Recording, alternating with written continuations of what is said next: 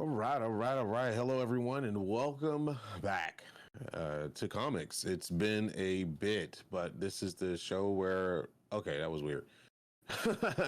This is a show where we go over everything in the comic universe and surrounding comics, and that concludes video games, movies, TV shows, toys, or figures, and around the world, you name it. We're your hosts, Technique and Nighthawk Plays. What's up, Matt? It's been a while, man. How you doing? It feels like forever, but at the same time, it doesn't, man. But happy to be back. Happy to be talking with you, the chat, audience, everyone, Marvel, DC, and everything in between, man. Like you said, we got a lot of stuff to cover. It's been a while, a couple of weeks. And before we get into it, once again, I was talking about it off air, but man, congratulations to you. What you and Twitch and your co-hosts have done with the Olympics over the past couple of weeks was absolutely amazing, man. So huge kudos to you, brother, on that one. Thank you. How, I mean, really quick, how was it? Like, what was your, I mean, I know you loved it looking at your Twitter, so. Yeah. yeah. It was a lot, dude. We planned it out.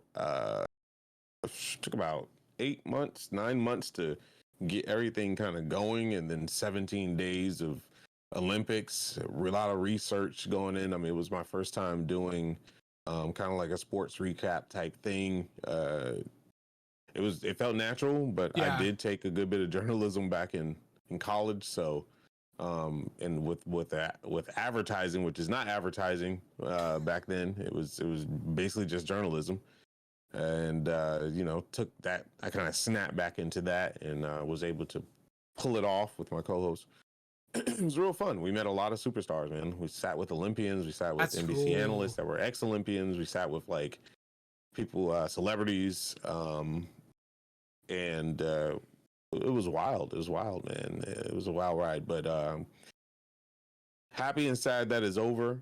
But that's we knocked it out the park. NBC is extremely happy with Twitch. That's good. And that could just mean only good things. So we crossed our fingers for Winter Olympics, and which is next year. Oh, it is. Oh, yeah, because of the timing and everything. Yeah, that would be next year. Yeah, they're trying to get back on track, and then we have Paris in 2024. So that's gonna be wild. And 2024 is gonna be here before we know it. Yeah, it's wild. It is wild, man. So yeah. Once again, kudos to you, man. That's really awesome. I know everyone that took part of it. While you were, I mean, you were a busy man. A lot of things have come up. A lot of things have happened. I mean, we're going to go through the show really quick. For those of you that are new here, or to kind of just get back into it, what we're about, what we're doing, and some of the things we're going to go over today. But have you been able to catch up on a lot of the things that have been happening in our world? Yeah, I was one of those crazy people who should have been sleeping but didn't. During this whole Olympic thing. I spent 8 hours with the Olympics, and then I got off and I streamed, and then I got off of that, and I made sure I was up in the world of comics. And there's a lot of stuff going on. From Michael B. Jordan making his own Superman joint to to A War for Wakanda coming out soon, and was deep in that, silently watching from the Discord because I just couldn't participate in a lot of things that they wanted us to do. There's a war table coming up with that. We had New World, which is not really comics, but that game is pretty big right now. Just about everyone that I know can think of or watch at least tried it. I mean, this is like WoW back in the day. I mean, I don't think it's going to be a WoW killer, but I mean, it's a perfect time for it to come out.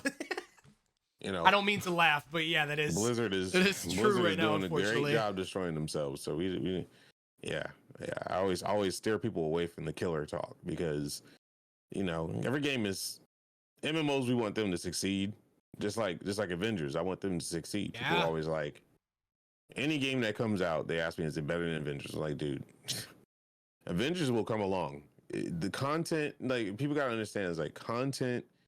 Especially with Avengers and MMOs, you can't just poop out content when you want to. Oh, yeah. Especially when you're dealing with an IP like Marvel and Disney.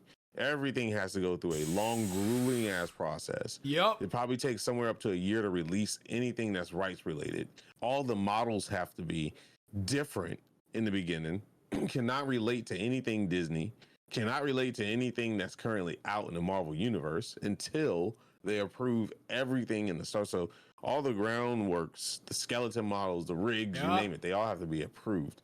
And getting in touch with Disney is its own process. You know, I've been in those talks. I was supposed to do 2 shows for Marvel Avengers, and they both took 3 weeks to get back with just seeing what we could use for banners. Okay. So that's not even a character model, you know? Oh my and then you have to hire voice actors that are not just amateur ones like me, you know? So you have to hire people that's been in the business for many years. And then like, oh my God, what's his name? David Fenoy. Christopher, wait, who's playing, Christopher Judge, yes, yeah. Yeah, but you have Dave Fenoy, you have that's true, yeah. Deborah, God, I don't want to mess her name up. Let me see if I can get it real quick. I got it right here.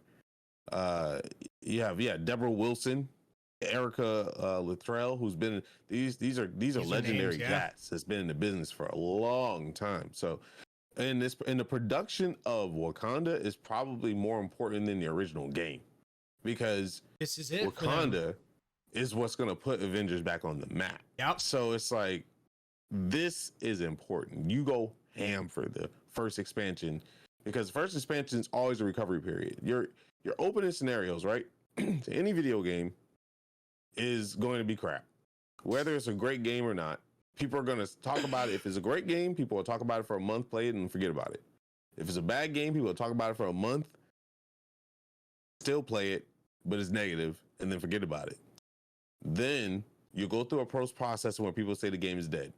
Then you come out with your first expansion, and then that's the recovery period. That's when the real game starts, because you've had 6 years of development, and then you had another 6 years of development. You had another 1 to 2 years of recovery.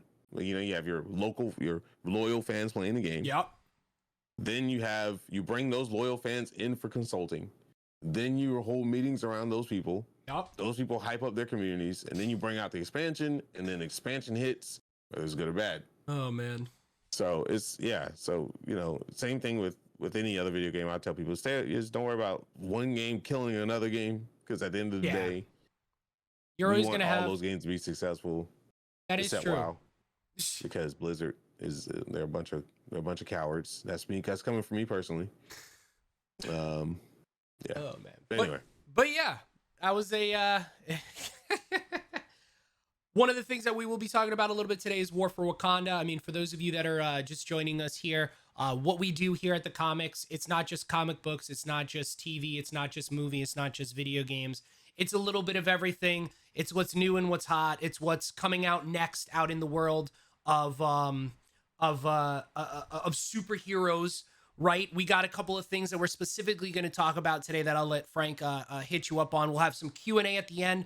And chat, we do have our chat in front of us. So whenever we're talking about anything that piques your interest, or just in general want to say hi in chat, please let us know. We got you. Or if you're listening on the podcast, hi. So what do we got on tap for today, man? Feel free to comment. We have a lot. We will go section by section. We're going to be talking about Suicide Squad. We're going to be talking about What If. We're going to be talking about potential future of Marvel and Sony and Warner Brothers and whoever else is trying to make comic book movies out there. And yeah, we're going to be talking about like what's to come, you know, with the comics, this show. Yeah. So I guess we can start off with let's start off with Suicide Squad, because I give DC a hard time. You do. And there's a reason why I give DC a hard time. It's because they half-ass everything. They really do.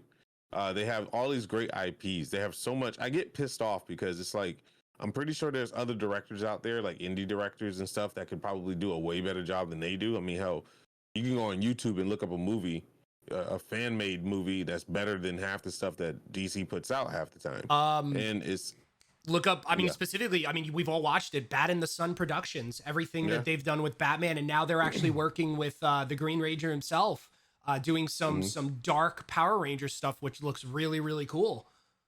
Yeah, but go ahead. Yeah, sorry. And that's my point. It's like, hold a freaking a movie festival, a DC movie festival. Find out which one is great. Pick that director. Give them money and Ooh, I like assets, and that. let them go ham. Like as long as they have a guideline of what they can and can't do, what do you have to lose? DC is in the toilet right now. And they're swimming around. They're floaties, you know. And it took for them. It's gonna be sound really mean to steal from Marvel. I mean, Marvel didn't really steal. Marvel kind of shot themselves in the foot with James Gunn. Anyway. Unfortunately, got rid of James Gunn, and DC and Warner Brothers was like, "Yo, don't even step. Nope. Once you step foot out of that studio, you're gonna be a part of Warner Brothers. Yep. Like, the moment you step out." And yeah, he brought Guardians of the Galaxy to DC, and it was great. It was a fun ride.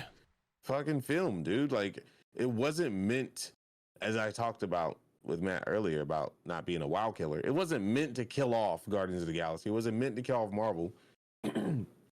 It was meant to give James Gunn something he didn't have at Marvel, and that's complete freedom. Yeah, complete freedom. And we see what when he you can do saw that at the beginning freedom. of the film too. Oh.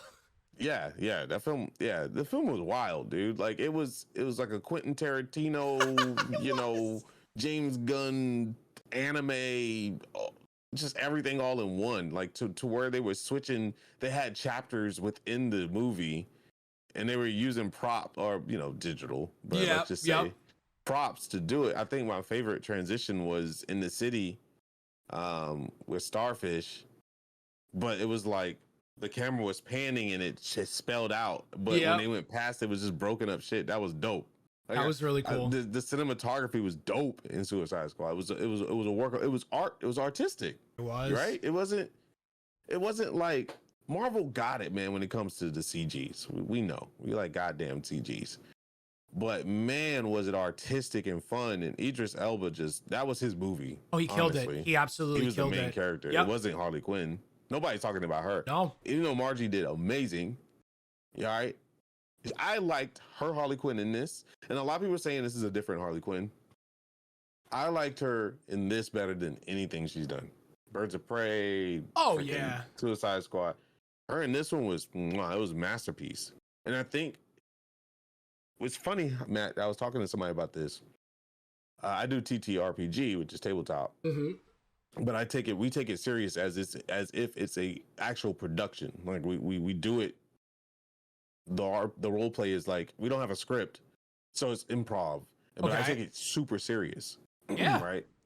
And what we were noticing is when you're a good actor, right? It's not about your acting skills. It's about how you infect and inspire those around you to become better actors.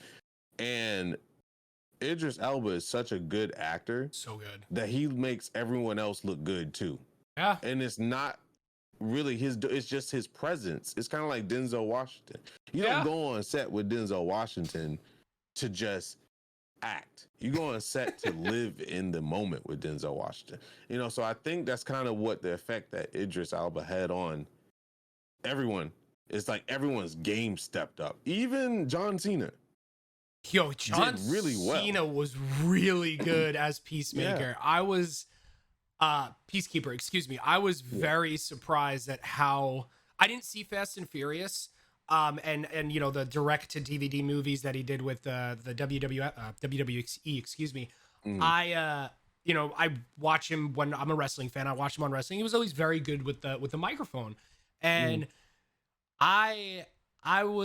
he hit his marks when he needed to hit his marks.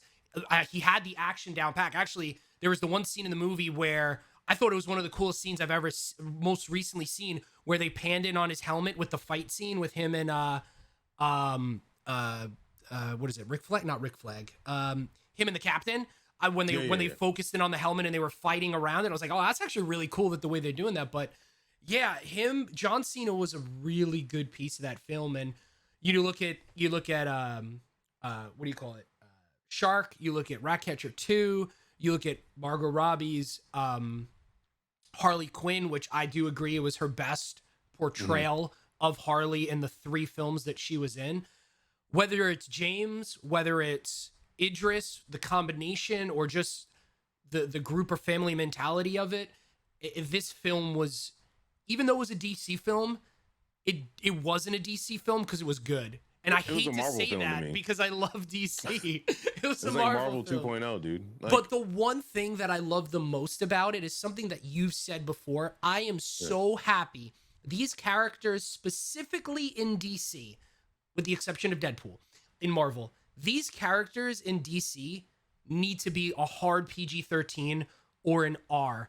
Between seeing Harley do her, like, literally, I mean, they had sex, but they didn't show it, but show that, the F-bombs going off, the blood, cutting in half of people, like, it fits the characters because they're all in freaking sane, and it fits their universe. I love that they went that route with this and said, you know what, screw it, we're doing it.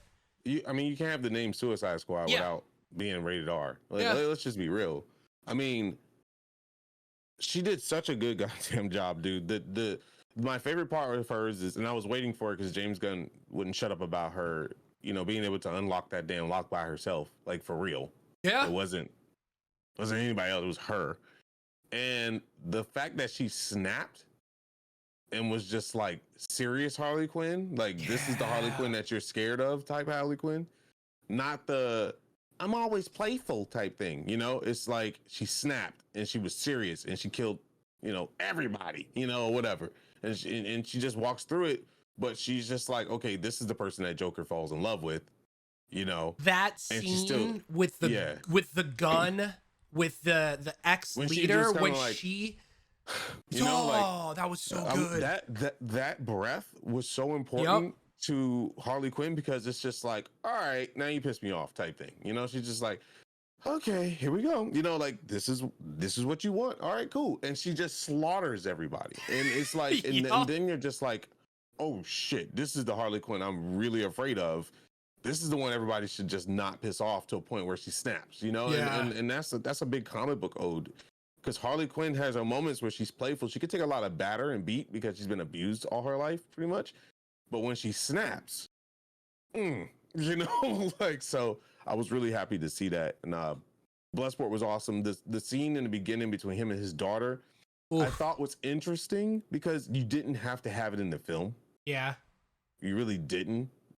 But, you know, for fans, I guess it's important. But that was, I mean, they didn't expend anything. They used that budget to the fullest because that girl yeah, they did. Is a very wanted actress right now because of Euphoria with Zendaya. So that scene could have been used with any amateur, which I think DC would have pulled anybody. But James Gunn I feel like he's still stuck in that Marvel head where you make sure all your, I was going to say holes are filled, but I didn't. Well, I already said it. You make sure every character hole is okay. That's even worse. Anyway, you know what I'm trying to say. You just make sure that every character is taken care of, in the fact of you owe them. Yes. Because what does Marvel do? It doesn't matter if it's an actor this big, a role this big.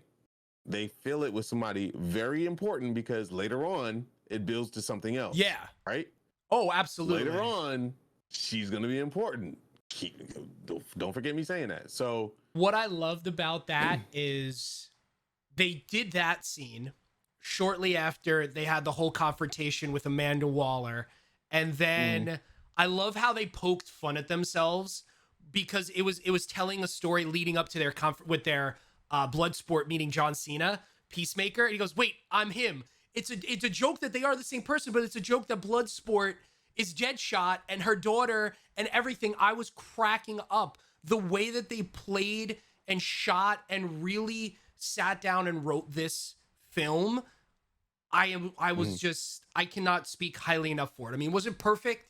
No, I mean, the MacGuffin with the drive and everything like that, you know, you could say what it is, but then again, it's Suicide Squad. You could take it serious, or you could do the James Gunn route and do it. That whole beat scene was fucking great. It was literally a mirror reflection of what James Gunn wanted to do with Guardians of the Galaxy. Yeah, the whole storytelling was exactly the same. I mean, think about Star-Lord and his story with his dad. That was the most ridiculous shit I've ever seen in Marvel, but it worked because it was in the film, and we knew what we getting ourselves into. Right? Yeah. It's like Suicide Squad is the Guardians of the Galaxy of DC. It literally is. Yeah. They deal with the most insane, dumbest Yep. freaking characters to fight, on paper, but A it was starfish from outer fun. Yeah, it's a space. fucking starfish of everything. Starro. Yeah, but it was fun and it worked. And it was scary because it's like ill. I was saying ill the whole time because I was like, oh, that's gross. Yeah, That's, well, yeah. it's awesome. But nah, I'm hoping that they bring Deadshot back because it'll be another play on the meme about him having a team that's just like him. It's the Spider-Man meme. Like it's so good. What's up, really new nerd? What's up, Will Techie? Smith comes back for that because I think that's gonna be great. At the end of the day, Bloodsport's badass. Let's talk about the characters. Bloodsport was awesome. So good. The costume, badass. The freaking CG on the gun, the gadgets, badass, man. Idris Elba owned that goddamn thing. Yep. And I love how they took older Idris, and put him in the role because then we got the experience. And you know what I want, DC? You know what the frick I want? I want James Gunn to do this. I want nobody else to touch this. But I want a TV series on Warner Brother, Paramount, whatever the hell you guys got going. HBO Max. Yes, that's what you got going. HBO Max. And I want Bloodsport versus Superman. And we want to see what happened when he shot him with that kryptonite bullet. Right? Give it to me. I want to see that. The door's open, wide open. And I got a feeling they're going to do something because they wouldn't have mentioned that shit. I'm going with the Marvel mentality when it comes to James Gunn because he's been coached, right? He has been trained for many years to mention shit in stories and bring it to the live screen.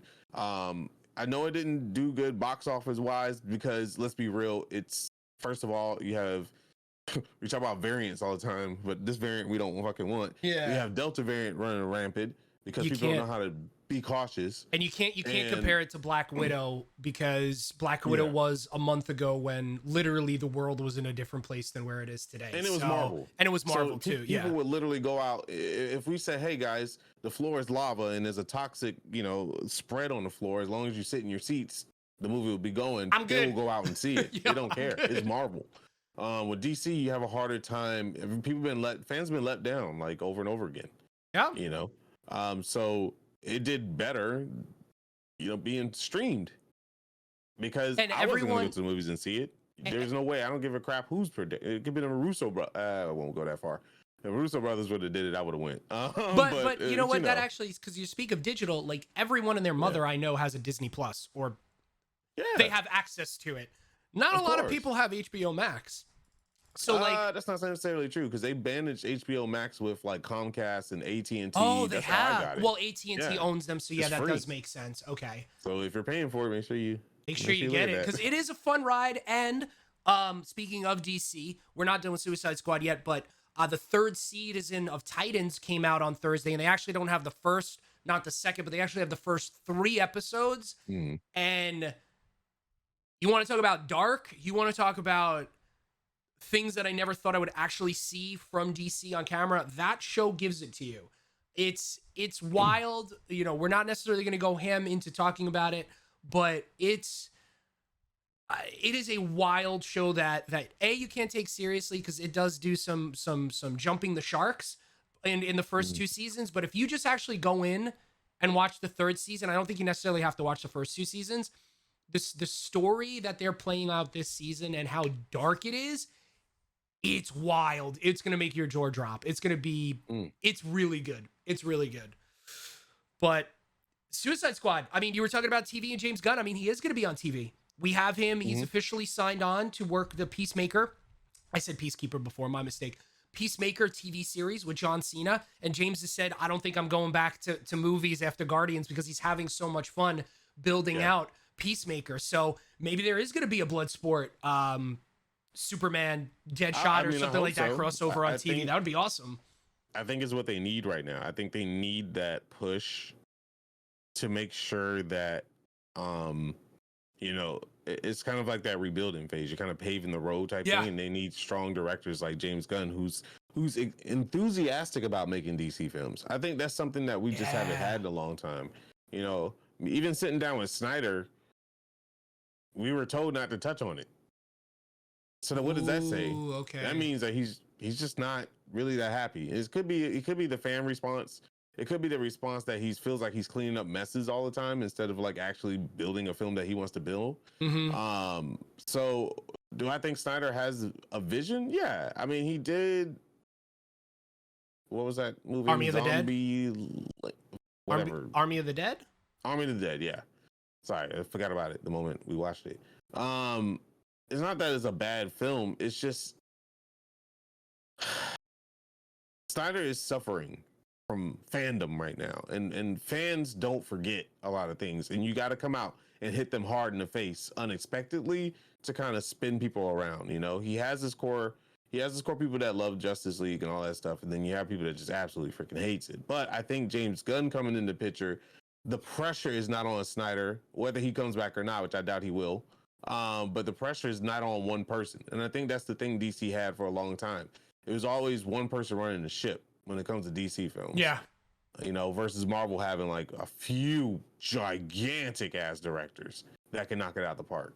That has credibility to where Disney just throws money at them. Here's $1 million. Here's like $6 million. Here's, you know, how much every million, 26 million, $60 million to do whatever movie you want. You know, like whatever. So Suicide Squad is great. I feel like they're gonna do a continuation. Definitely gonna be a Suicide Squad 2, 100%. I hope so. They should. They definitely need to do it. Polka Dot. There's so many good. That movie was so good. They it killed really off was. so many people. But the funny That's thing what is I they killed loved off the about it, memes. though. Yes. Yeah, they killed off the meme people. Yeah, they did. Even though they were, some of them were the big ones of the first one. Mm-hmm. They used them properly, and they did. They kill off the meme ones. I think they're boring compared to the new, right? It's just like these characters can be boring, but we souped them up to where you feel for them if they now you feel for, like, my wife was like, dude, I liked Polka Dot Man, you know, and that I was like, that was a successful movie if you feel that way. Like, it was a great movie if you feel that way. Like, people freaking died, bro. Like, not even. They died brutal. It was some Mortal Kombat shit going on. Oh yeah, especially that whole the first scene on the beach, and of course at the end too. But you talk about people like even though the dude's name. Rick Flag. Yeah. There you go. Like Ratcatcher too. Seeing her story with her father, which was Takai Waititi, or however you pronounce his name, that was actually cool seeing him in a DC film. Funny enough, with James Gunn behind it. Awesome there. Speaking of Marvel, classic James Gunn story. James Gunn storytelling too. Fucking shit was classic. It's hilarious. Sorry. It was stuff that you're just kind of like, what the fudge, you know? Hey, sorry, my son wanted us to come over and say hi. Daddy's working. Hello. Okay, we're talking Spider-Man. I love you. Hi, bud. I forgot to shut the baby gate. Sorry. Actually, you'd appreciate this. I asked my son the other day, hey, Oliver, who's your favorite superhero? Superman or Spider-Man? Spider-Man! I was like, no! Oh my God, at least you like one. It works. Good taste. Hopefully, Michael B. Jordan can do a better job with Superman now that, what's his face is gone. For now, anyway. We don't know what, man, my head's drawing blank. It's been too much. All I have in my head is Olympian names and shit now.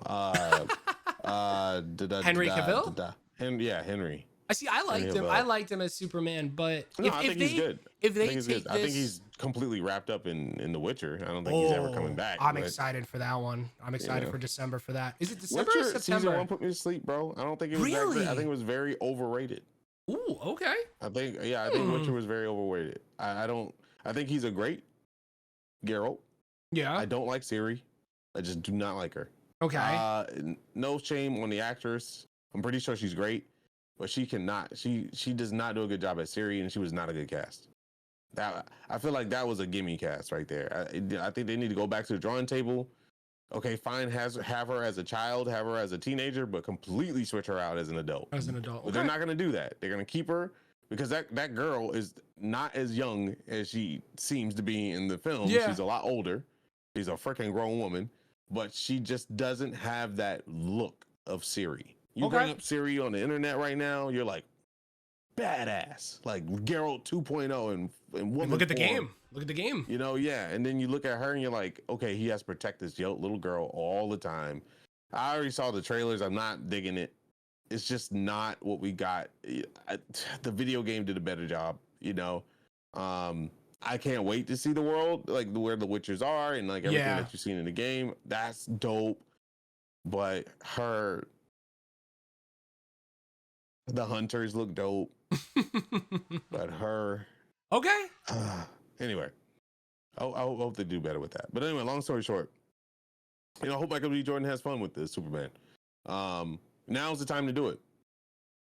My thing is, this controversy is about people doing stupid shit left and right. People doing hate raids. People are hating on people of ethnicity, and culture, and stripping people of that. And it's just a lot of negative things going on. So now's the best time to go ahead and throw your gun. You might as well do what you got to do. Michael B. Jordan, perfect timing, man. Go ahead and make Superman black and go for it. Fuck it. Yeah, I mean, is that the point where you're just like, whatever, Yeah.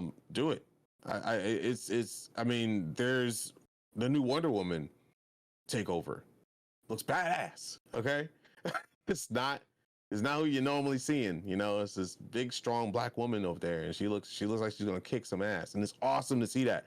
And I hope they bring it to the movies and have her team up with Gal Gadot. Yep. We need those moments, especially in DC. That's why Idris Elba was stupid important for that movie. Oh yeah. It's because representation is so important. If you want to rile an audience together, you need to have more representation, and that's across the board. Look at Shang-Chi, like how many the Asian community is going ham for that movie right now, as they should. Yeah. Miss Marvel, whenever it drops, is going to be going ham. I mean, that's the Eastern Asian Indian culture that's going to be brought up. It's so important to have that, and that's why I think Marvel does so well, is because those films are look at, nobody gives a crap about them, but look at Eternals. Eternals is a cesspool of gigantic actors and actresses. Very true. We don't even give it credit for the casting because nobody cares about Eternals. And the reason why nobody cares about Eternals is because Marvel's just so goddamn good at writing stories. Because people are more upset the Eternals are here, and they're like, what are you good for? What are you here if you let all this shit happen? That's why people are upset. It's not like, oh, I don't care about this film, it looks bad. But it's more like, we don't give a shit about the characters. But it piques your interest because, I mean, the end of the trailer, now that Captain and Iron Man are gone, who's going to lead the Avengers? I mean, it's are they going though? But that's what I like about the Eternals. We're going to figure out why, or we believe we're going to figure out why they didn't interfere with everything that occurred on Earth. And if it's going to be like kind of a prequel, a present, and a future aspect of it, it definitely piques my interest. I think it's going to be one of those things where it shows you the history of Eternals and how they had the influence on Earth. Like how people became with technology and stuff. They were the aliens, so to speak, quote unquote, that gave people technology, and watch them flourish throughout the years. And then they know about Thanos. Thanos doesn't affect them, which is kind of weird. And then after that, they talk about the Avengers and how the Avengers die off, aka breakup, whatever. But I believe the story of Eternals is going to start popping off because of the multiverse. I wonder if all that stuff's going to happen simultaneously. All goes back to Loki. Good job, Loki. Yeah, it has to be. Yeah, the multiverse. You're going to see that. That's going to be a theme in every show from here on absolutely. out. Because I mean, it's the break in time and stuff like that. And it may not be to where it's like, oh my God, they look up and they see streams of white breaking all over the place. That's not how it's going to be. It's just going to be timelines and stuff are going to just happen. So with that, do we want to go into What If now? Yeah, we can go into What If, yeah. So for those of you who don't know, What If came out this past Wednesday on Disney Plus. I actually thought we were going to get the first 2 or 3 episodes, but I was surprised. We only, because it's a cartoon like Bad Batch, they put out the first 2 or 3 right away. So I thought they were going to do Marvel. this. But this was actually a longer cartoon than I thought it was going to be. It's like it was on par with Loki, WandaVision, and Captain America and Winter Soldier episodes. It was awesome. And I mean, just from hearing Jeffrey Wright's voice at the beginning as the Watcher, all the way through the end with the post-credit scene, chat, there was a post-credit scene at the end of this, or a mid-credit scene.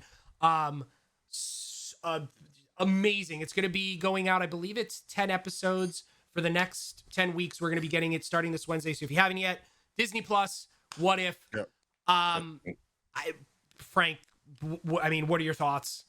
Because you specifically had a lot of questions about this. I wasn't feeling it. I wasn't feeling it in the beginning. Watch it. Oh my God, damn. It's like, it was funny, and I was kind of talking about this last night on my stream. Marvel and DC switched places for the first time in a very long time. Movie wise, DC did the Marvel thing, right? Good cast, good storytelling, fun movie. It was Guardians of the Galaxy 3.0 with James Gunn doing his own thing.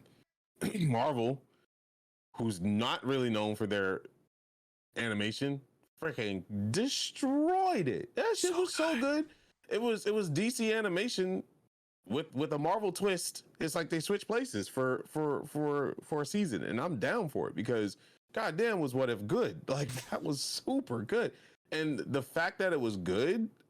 Now the animation was very, very choice of artistic animation was spot on. That was perfect. Yeah, I like that cell shading kind of like Borderlands kind of realistic but it's realism, not, right? It's that 2D that turns into 3D. It's really, really good. Yeah. It wasn't. How do I put it?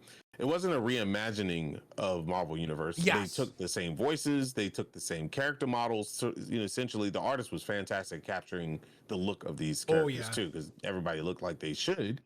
Hey, what's up? What's up, Silent? It was amazing. God damn!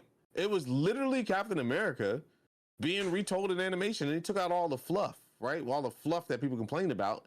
Shortened it, knocked the whole damn movie down in 40 minutes, and literally switched it around. And I was like, my mind was blown. When it was over, me and my wife were like, "Is it over?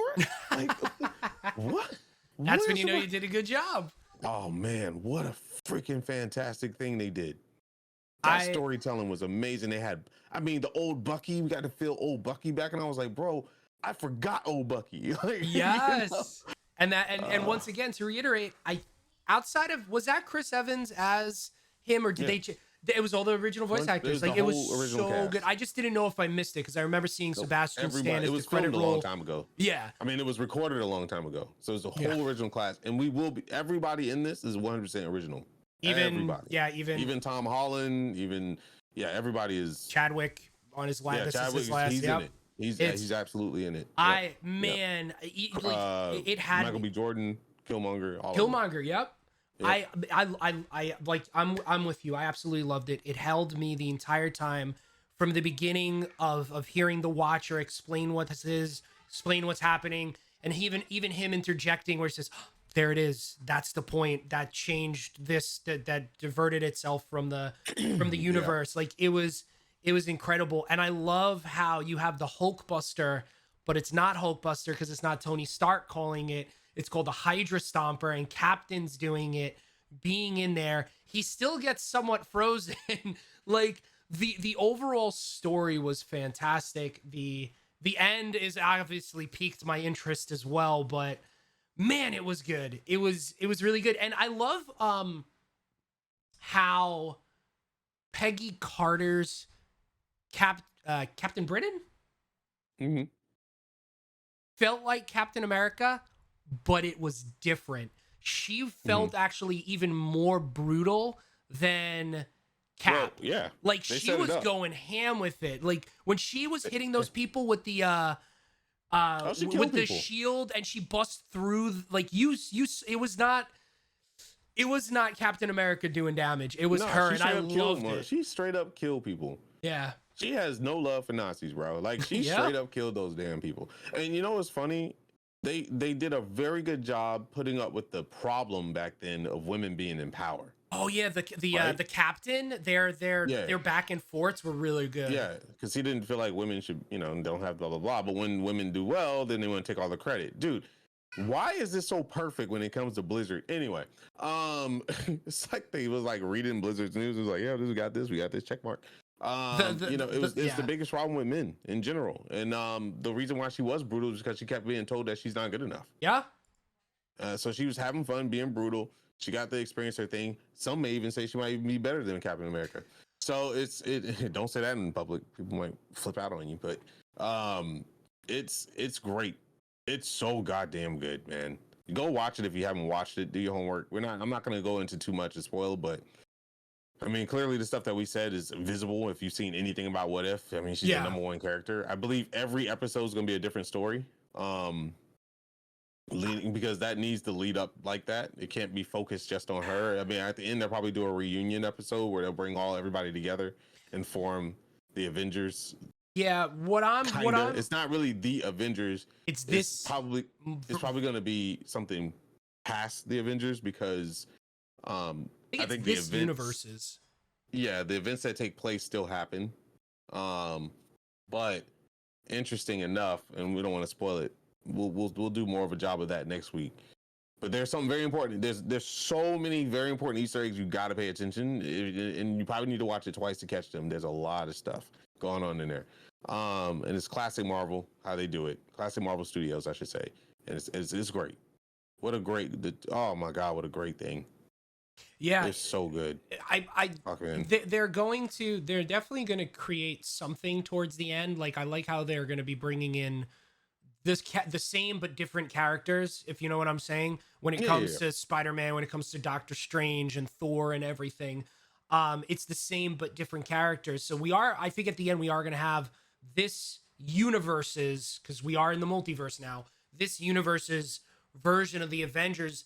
And the thing that really piques my interest is they've said it before, and we talked about it, like, this is canon, and these characters are supposed to appear in TV and cinematic, like they're actual real. Like, you're not going to have a cartoon next to, whoever it is on the big screen, but that's very interesting to me. So I think the Watcher specifically is going to be just like how Kang and Loki are major players in this next phase. For some reason, the Watcher for me, because I think you can not correct me, but you can give me a little bit more information on this, because I know the Watcher is big in the comic books, right? Like he's saying him and Molecule Man are. He's like saying the essentials. Yeah, like he's saying specifically, I only watch, I never interact. But he interacts in the comic books, right? It's one of the bigger storylines, right? What storyline is that again? Doesn't. All right, so the Watcher doesn't interject while things are happening. He only interjects when something looks super catastrophic to where he's going to destroy multiverses. To where he had to wipe out into existence of a multiverse. Wow. So okay, he had to wipe one whole complete storyline out. But you don't wipe out multiverse. You either merge them or you find a way to like connect the dots. Okay. But yeah, it's more than one Watcher, by the way. So that's the thing. It's a league of Watchers. But O2, however you want to say his name, if that's him, we don't know, because we don't know what Marvel's going to be doing with that. They're not allowed to interact with other characters, but certain circumstances, I believe they create, like Molecule Man was created, and he interjected with Miles Morales to wipe out Ultimate Universe, merge it with Prime Universe, because it was the only way that they could save everything. Because once the Watchers get Prime, once the Watchers get threatened, their existence is threatened, they gotta step in. So that was that instance right there. But most Watchers just sit there and they just watch and tell stories. But I believe we're gonna get a little bit more with the Watcher when it comes to Doctor Strange, because that's when. Sorry. Go ahead. No. I'm just saying that's when they come together, so to speak, and Kang and everything else. Yeah, I mean, Doctor Strange, we're about 7 months away from Doctor Strange. Yeah. But so I believe it is Uatu, but he was big with Galactus, right? Wasn't that the first time a Watcher interjected? So we think about Fantastic Four, we think about a lot of things are coming back to Fantastic Four, brother. Well, and that's Secret Wars. Secret Wars, yes, and they're making that, right? Yeah. No, they're making. Are they making Secret Wars or Secret Invasion? Wars is what we're gonna lead up to, because. Oh, Secret Invasion is what they're making. Excuse me. Yeah. So I just had it. Still Secret Wars, right? Yeah. I guess they're not gonna call it that because they're not gonna go verbatim. But the video games are all going Secret Wars. That's what the new video game is about. They have multiverse versions of each character. Oh, you mean the mobile game? Yes. Yes. So that's cool. Yeah. So we get to see a lot of that stuff. I just really hope that they do House of M and what was it? A League of it was like a League of Assassins, so to speak. It had Spider-Man in it, Wolverine. They had the black and gray outfits, and they were all killers. Even Spider-Man, they were all assassins. That was another multiverse. It was sick. I can't remember what it was. That sounds really cool. Yeah, they were brutal assassins, and it was like rated R comic book stuff, and we loved it. And they didn't have a big series. I'll figure it out for next time we talk. But I remember that. I remember the suit that Spider-Man had, and it looked like an assassin suit, like a ninja. It was sick. That's crazy cool. Yeah, and Wolverine left the charge. He don't give a damn, kill anything. But he was Agent X. Wolverine was. Oh, it was pretty sick. I think I remember seeing those comic books on the shelves. I don't remember what they were called, but I do remember seeing those comic books. They sound because very, he wasn't very Weapon familiar. X. He was like Agent X. Agent X. And Yep. it was a part of I want to say it was part of the House of M series. But anyway, long story short, What If was great. It's got a lot of setup. It's not like a puzzle where we have to put it together like Loki. Loki made you think. It's more like they give us everything that we ever wanted. It's literally the conversations you sit and have at the table and say, what if?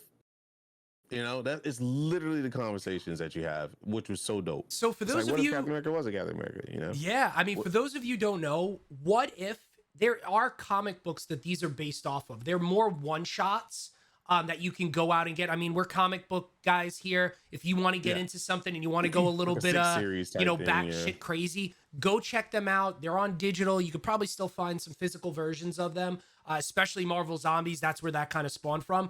That's technically not canon. Like I said, it was supposed to be one shots, but what we're watching today, it is based on it, but obviously they're going to make their own tweaks to it to match what they're planning now and what they're planning for the future of Marvel Television. And speaking of which, so we do have Marvel Television and we still have Marvel movies coming out. To give you a little bit brief of what we're looking at here, we have What If that's out now in about 3 weeks, right? Actually exactly 3 weeks from yesterday. We have Shang-Chi and the Legend of the Ten Rings coming out in theaters. Unfortunately, as of right now, it's not going to be available on Disney Plus subscriptions. You have to go to the theater for it. But maybe something will happen over the next 3 weeks. But we have that. The next movie after that, we have Eternals on November 5th. Hawkeye, November 24th. And then Spider-Man to finish it off in December with Venom Carnage now in October. But the interesting thing is there are a lot of Disney Plus shows that haven't been announced yet. Moon Knight, you may have heard some things on the internet about. We're not going to really go into it because we don't know what's true, not true, spoiler, not spoiler on it. The Guardians of the Galaxy special, Miss Marvel. So one of the big pieces of news that we can talk about for a minute here, if you want, Frank, is a month after. So October 16th, we have DC fandom, which we're probably going to see Black Adam, Dwayne The Rock Johnson's The Rock, Shazam, and some probably other news. Maybe some from Val-Zod, information to Superman. But a year to the date, on November 12th, when Disney Plus comes out, when Disney Plus came out last year, we are going to have a Disney Plus event. Yeah, there's going to be probably some Star Wars stuff, but there's still a slew of shows yet to have release dates announced for Marvel. So what we know now, I know this isn't on the script. I'm sorry. I just needed to ask you, what do you think if you think of Disney Plus convention, right? Mm-hmm. Mm-hmm. What is one thing you would like to hear out of it for Marvel? If there is like one thing that you would love for them to say, now it's not going to be movies. This is strictly going to be Disney Plus. So we're not going to have like Avengers 5 at 4 announced. Excuse me. I mean, what's one of the things? They've been pretty consistent with the shows. I mean, when they said something's going to come out, it's come out, and it's come out really well. Yeah. I want to say the shows are doing better than the movies, and will do better than the movies. I don't know. I just want I want them to say that we bought Spider-Man. Honestly, I'm so sick and tired of the Sony and Disney bullshit. Like, Disney just needs to cop them, like buy them. They have the money to literally be like, Sony, what do you want? $6 billion? All right, cool, give it to me. Still make trifold that back. You know, I believe Sony's only in this picture, period, is because they have Spider-Man under their belt. Now that contract comes up to play very, very soon. So I really hope that Disney just says we're buying it, and if Sony fights back, just buy Sony shit. You know, I just at this point now, man, I'm just so sick of that drama. I just want to hear a staple on Spider-Man. We can't have him living in two different universes and enjoy it. I will stop liking it. You know, I'm already becoming more of a Black Panther fan than I am Spider-Man, just because I don't have to worry about them ruining it. You know, Tom Holland does a fantastic job playing Spider-Man. I swear to God, if we lose him, no, actually, we're not ever going to lose Tom Holland, because he is dedicated to Marvel. He doesn't care about Sony. Let's be real. But if we lose him to where he's like, I'm not doing another film unless it's Marvel, and Sony's like, all right, we're pulling out, and they try to go with this Venom Carnage stupid universe, that movie looks like trash. I don't care. It looks like absolute trash. Have you seen the trailer? How he turns into Carnage? That looked like somebody's soapbox used a smudge to. Anyway, don't even get me started. That movie looks like trash. So as someone, I'll admit, I am not knee deep into the Spider-Man lore as I probably should be. Like, I like Kraven, I like Green Goblin. I know a bunch of different characters on there. But from you, I've been learning a lot about Miles Morales, and I've been diving into his lore and comic books. But Venom, you're a big Spider-Man fan. You see what they've done with Venom now twice. When you think of Eddie Brock, when you think of Venom, who is he? What are they missing? Because like when I watch the trailer for Venom and I hear Venom, and when I see the renders of him from the comic books, it seemed like Venom is not all there, and he is a bad guy. But in the movies, they're playing him off. At least this one, playing him off as a good guy and kind of like a slapstick oddball couple. And is that not it? Okay. I hate it. Venom. Okay. First of all, what's his name? Tom Hardy. Tom Hardy. Yeah. Tom Hardy? I'm not a fan of him being Eddie Brock. He's a great actor. He's not Eddie Brock. The Venom they created, it's so annoying to me. Because first of all, Venom is not talkative. Okay. Through Eddie like that. If anything, Venom has a love-hate relationship with Eddie Brock because he knows that he needs Eddie. It's a parasitic relationship. It's not, I'm your best friend and we're talking about you making me breakfast. Like, what the fuck? Bro, it pisses me off so much because I feel like Sony is taking properties that's very important and they're feeding off of fandom. They think they are, and they're making it meme-worthy. I hear you on that one. I'll give you that. Yeah. Carnage is such an uninteresting goddamn villain. I don't care. I'll be the first one to say it. Who gives a crap?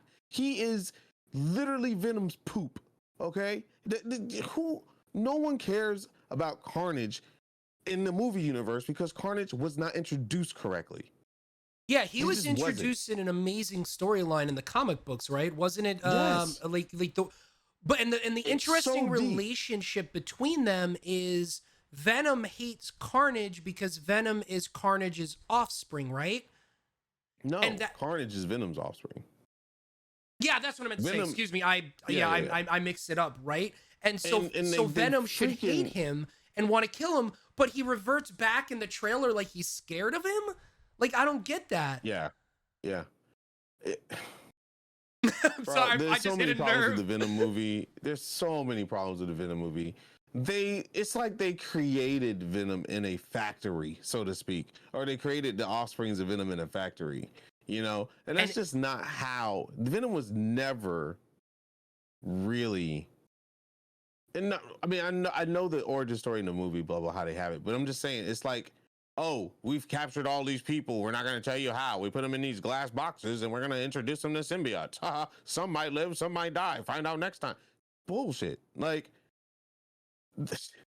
Man, there's so many great stories they could have felt. They should have just gave Marvel Venom.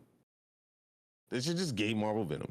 Yeah. After the Sinister Six, introduce Venom as this is your real freaking rival, Peter Parker. Welcome to the big leagues. Pay respects to Venom because Venom is badass. Okay, and then once you have the Peter Parker Venom back and forth, Then, if you want to extend those contracts out, have it to where Venom is forced to help Peter Parker because there's a threat bigger than both of them. Goddamn, how easy is that? Don't do no stupid CG that you don't have money for. First of all, I mean, I've seen video games do better CG. And the one thing is, it irks me so much. He doesn't have the symbol. It's literally just a pile of slime. Like, I think it's an iconic yet because he hasn't met Peter Parker yet. That symbol came from Peter Parker. And you know Venom loves Peter Parker. Peter Parker is the perfect host. Okay. But, yeah. See, okay, that makes sense now. It's an ode to, it's ode to Peter in the black symbiote suit. Like, how can you not have that? Literally, that's one of the most famous, if not the most favorite Spider-Man outfits. Mm-hmm. It's the original black outfit. The black suits, yep. Symbiote Spider-Man. So they have a way, if Disney gets rights to it, have a way of introducing Venom. Venom leaves Eddie Brock, goes to Peter. Peter finds a way, finds out that this thing is toxic to him, gets rid of it, goes back to Tom Brady when he's dying of cancer because he's been pulled away from the symbiote. I'm not Tom Brady. I was like, wait. Not him. I mean, it is football season. Yes, football season. Sports. I had Tom Brady in my brain because of the Olympics. They had a commercial. Gotcha. Tom Hardy, dying of cancer because of the symbiotic relationship being pulled from his body, did some things to his organs or whatever. Oh. And created cancer. And he has to have Venom, and Venom feeds off of the disease of cancer that makes him stronger. That way you don't have to eat people all the time because of the protein release from cancer. So easy. Damn, I could direct it. I just don't understand. I just feel like Sony gets properties and plays with it too much. They poke at it and see when they throw the term of throwing shit against the wall and see what sticks is 100% Sony's way. Oh, absolutely.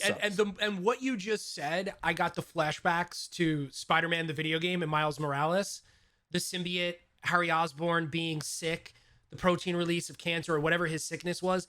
Dude, they're definitely gonna have we're gonna have a black suit symbiote Spider-Man in the Spider-Man universe, in the video game at least. If it's not the next game, it's gonna be the third. Like, that's actually that's gonna be sick. What type of mechanics you're gonna be able to do in the video game as that Spider-Man? That's gonna be insane. That's gonna be insane. Yeah, I'm just guessing, but that would be awesome. I mean, the next movie, the video game, we're thinking is gonna be Miles and Peter. That would be cool. And you do your separate missions. You'll go switch back and forth. I don't think it'll be multiplayer, but if they did, that'd be hype. But I think it's gonna be like you spend time with Peter for a time. You spend time with Miles Morales, then they come together. One will be a AI while you're the other, and it'll switch off in mid battle. They'll probably do something. If Insomniac's doing it, which they will, it's gonna be awesome. I have full faith. Yeah, they can take anything. I hope they do Black Panther. There's rumors that a Black Panther standalone video game is coming out, like a single Black Panther video game, and I really hope they give it to Insomniac. I am 1,000 times for it. I'm excited about the Guardians of the Galaxy. I'm not like watching the days on my calendar for Guardians of the Galaxy because literally they're just like, we have Guardians of the Galaxy. We're like, what the hell? And then they're like, came out of nowhere. And that was it. So, and I respect that. I really respect games that go under the wire and they're quiet and then they hit us in the face with it. That's my favorite type of surprise, man. You have that actually brings up an interesting topic. You have Marvel, right? You got Guardian of the Galaxy. They're setting up their universe, right? Yeah. You have Guardians of the Galaxy. You got Spider-Man, Miles Morales is Spider-Man. You have Avengers. Like, they're getting more and more out there as far as video games. So even though they're not connected, they're bringing out titles. Warner Brothers is doing that now. Sorry, DC is doing that now. You have Suicide Squad Killed the Justice League from Rocksteady and Gotham Knights. What? Just because I saw the Jason Bischoff's Project Nomad Power Rangers, outside of those two, because they're the big two, right? When you think of geekdom, when you think of fandom, what would be an interesting next IP to hit that stride and start, creating video games and spawning off for something like that? Could it be a Power Rangers? Or just something else hits your wheelhouse maybe? I was gonna say Power Rangers and Ninja Turtles. I think both of those are really good IPs with solid dark backgrounds that people don't ever revisit. Okay. Ninja Turtles is they got some dark shit in Ninja Turtles, and we don't ever get to Krang, see it yeah. because it started off as a kid thing. But the comics were really dark, and I think they could go somewhere. I mean, the thing about Shredder and his origin story, man, they could really go hand with that. And I think focusing on like villains is the new trend that people need to start looking into, because you set up a good villain, then you can set up good heroes. Because good heroes, you don't have a good hero without a great villain. So if you can set up, like, if you do an origin story of Shredder and we find out where Shredder comes from, that'll pique my interest way beyond doing an origin story of turtles being found in some ooze and they turn into some big giant, wonder what they're gonna look like type things, you know? Yeah. So it's like, focus on the Shredder, and they have the movie or show called The Shredder, if they want to, or like whatever his original name was before he became Shredder. Yeah. And he has like a Tony Stark moment at the end. He calls himself Shredder. Dude, I'd be like, yeah, man, let me get that. Where did Shredder? We don't even know. We don't even know where Shredder actually came from. We just know he's a Shredder. You know? And so the one like thing that would be dope. The one thing I like about both those properties, though you could go a little bit off the wall with it. Obviously, for Power Rangers, you have the Megazord and you have all their Zords and things like that. The fighting you can do with the Foot Clan for Teenage Mutant Ninja Turtles, or Rita's army, like just the fight mechanics of kind of being not a button smasher, but you could do combos. I mean, think of the Arkham Knight. I hate to say it, but the Arkham Knight fight style, or the way Spider-Man is going back and forth, how you could do the combos, the gadgets in both of those universes. It would lend itself to a massive, I personally think, really good AAA IP that can turn itself into its own, you know, trilogy or an own franchise. I'm actually really intrigued right now because it's all martial arts. Teenage Mutant Ninja Turtles is all martial arts. Like, that's really cool. I think Power Rangers is probably the better one to hit on, because even though Power Rangers is weird, it's got really shitty production. We live for that shitty production. That's the one area it's campy that I think no one gives a crap about how it works. We just know Power Rangers is awesome. Yeah. Because think about it. Power Rangers is like one of the most perfect IPs there are, because it lived through so many generations. Yes, it's still there. They're still creating more Power Rangers. If anybody could pull off a multiverse, it's Power Rangers. Yeah. Like, there's so many. I was a child when Power Rangers was out. You know, Same here. You know, the original Japanese Power Rangers. Then when it came to America, I was like a little bit older. Was it Kamen Riders in Japan? I think it was called. They were called like Kamen Riders. Yeah, it was something of that nature. They had a bunch though, and it was the same thing. They rolled it off every couple of years. They changed cast. They changed universe. They even had dinos. They have ghosts. I think was one of them. Like, they've had some wild stuff. They had the one with the bugs. I forgot the name. They were like Power Rangers with bugs. I forgot. It's like Mantis something. They even had crossover episodes a lot. But anyway, long story short, Power Rangers is dope. I remember being stupid hype in middle school, high school. The movie? Middle school. When the Power Ranger movie came out. That CGI. Was hype, dude. Looking back at that CGI. Yeah, with the soundtrack. Yes. That soundtrack was hot. It was that good. Was a that fire was great. soundtrack. I can't look at it now, but it was great. Back then, it was everything to me. Everybody had a crush on Kimberly and Trini. Yeah. Rip Trini. But anyway, long story short, yeah, Amy Power Jo Rangers Johnson. is definitely it. And dude, Jason is still, or Jason David Frank. Yeah. Yep. He's still a Power Ranger. That man is damn near getting close to 50. He's still a Power Ranger. That's what I was talking about. Look up Bat in the Sound. Bat in the Sun production. He's got to be up there for sure. 46 years old or something like that. He's working with Bat in the Sun Productions, who have done some amazing fan movies of Batman and other IP properties from DC 47. and Marvel. Yeah, he's right there at 50. And they're actually doing something with Jason in regard to Power Rangers and it being darker. I'm really excited for that. Yeah, if there's somebody that's really into the world of Power Rangers, he made it his life. Like, Jason Frank ain't known for shit besides Dragon Ball. It's not known for we won't talk about that, for poor guy. He's not known for anything else but Power Rangers, and that's okay. It's okay. Power Rangers is such a big franchise. Like, he's good for life. Oh yeah. And being 47 years old, taking Power Rangers from when you were like early 20s, maybe like, yeah, he was always the older person out of everybody. Early 20s, all like for 27 years being a Power Ranger, like that's dope. That's it. People can shit on him all they want. I think that's dope. And I would love to see a TV series or in a movie come out. I really hope that somebody picks them up, dude. I hope Disney picks them up. I want Disney, and yeah, I'm that evil. I want Disney to pick up everybody because I know it's going to have the funding behind it. That's why I want them to get picked up. I think so Saban sold their rights to Hasbro like 3 years ago. And they do say, just like Hasbro's doing like the origin stories of G.I. Joe and everything, I believe they're going to do that with... Who's it with? Lionsgate, Warner Brother? Who actually... You're right. You're right. Snake Eyes is coming out, and who is that? Didn't it already come out? Snake Eye Origins movie. I don't know. I just saw a trailer for it the other day. 84%. Oh God, it got destroyed. July 23rd. It only made 30 million on 110 million. Wait. This is not the Snake Eyes I know. Hold up. I thought Snake Eyes was Asian. Yeah, the Snake Eyes origin, G.I. Joe origin film. God damn, I got 38%. Yeah, 38%, 43 on Meta. So that's already out there. Who did it? Yeah, it's in the movie theater right now. Who did it though? Produced. I'm about to look at this trailer. I'm just trying to see who fucking did it. Chat, do you know who did it? While we look this up. Robert Schwinkels. By who did it, I mean even what's his name is on there. Heiko Uwais.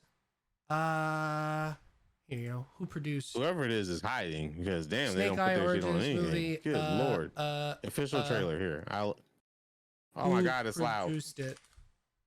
Jesus, why did they do that? Why did they make it so loud? Let's see. I'm looking at the based on Hasbro's story, Snake Eyes. The trailer doesn't even have anything in the beginning. Paramount Pictures. Oh. By Paramount Pictures. Now it is Paramount. I see the lion. Yeah, Paramount distributed by Paramount. There you go. It's by a few studios. Skydance, E1. Yeah, so they all gave them the Paramount. money for it. I wonder. Yeah, Paramount's not really doing that great in the movie world.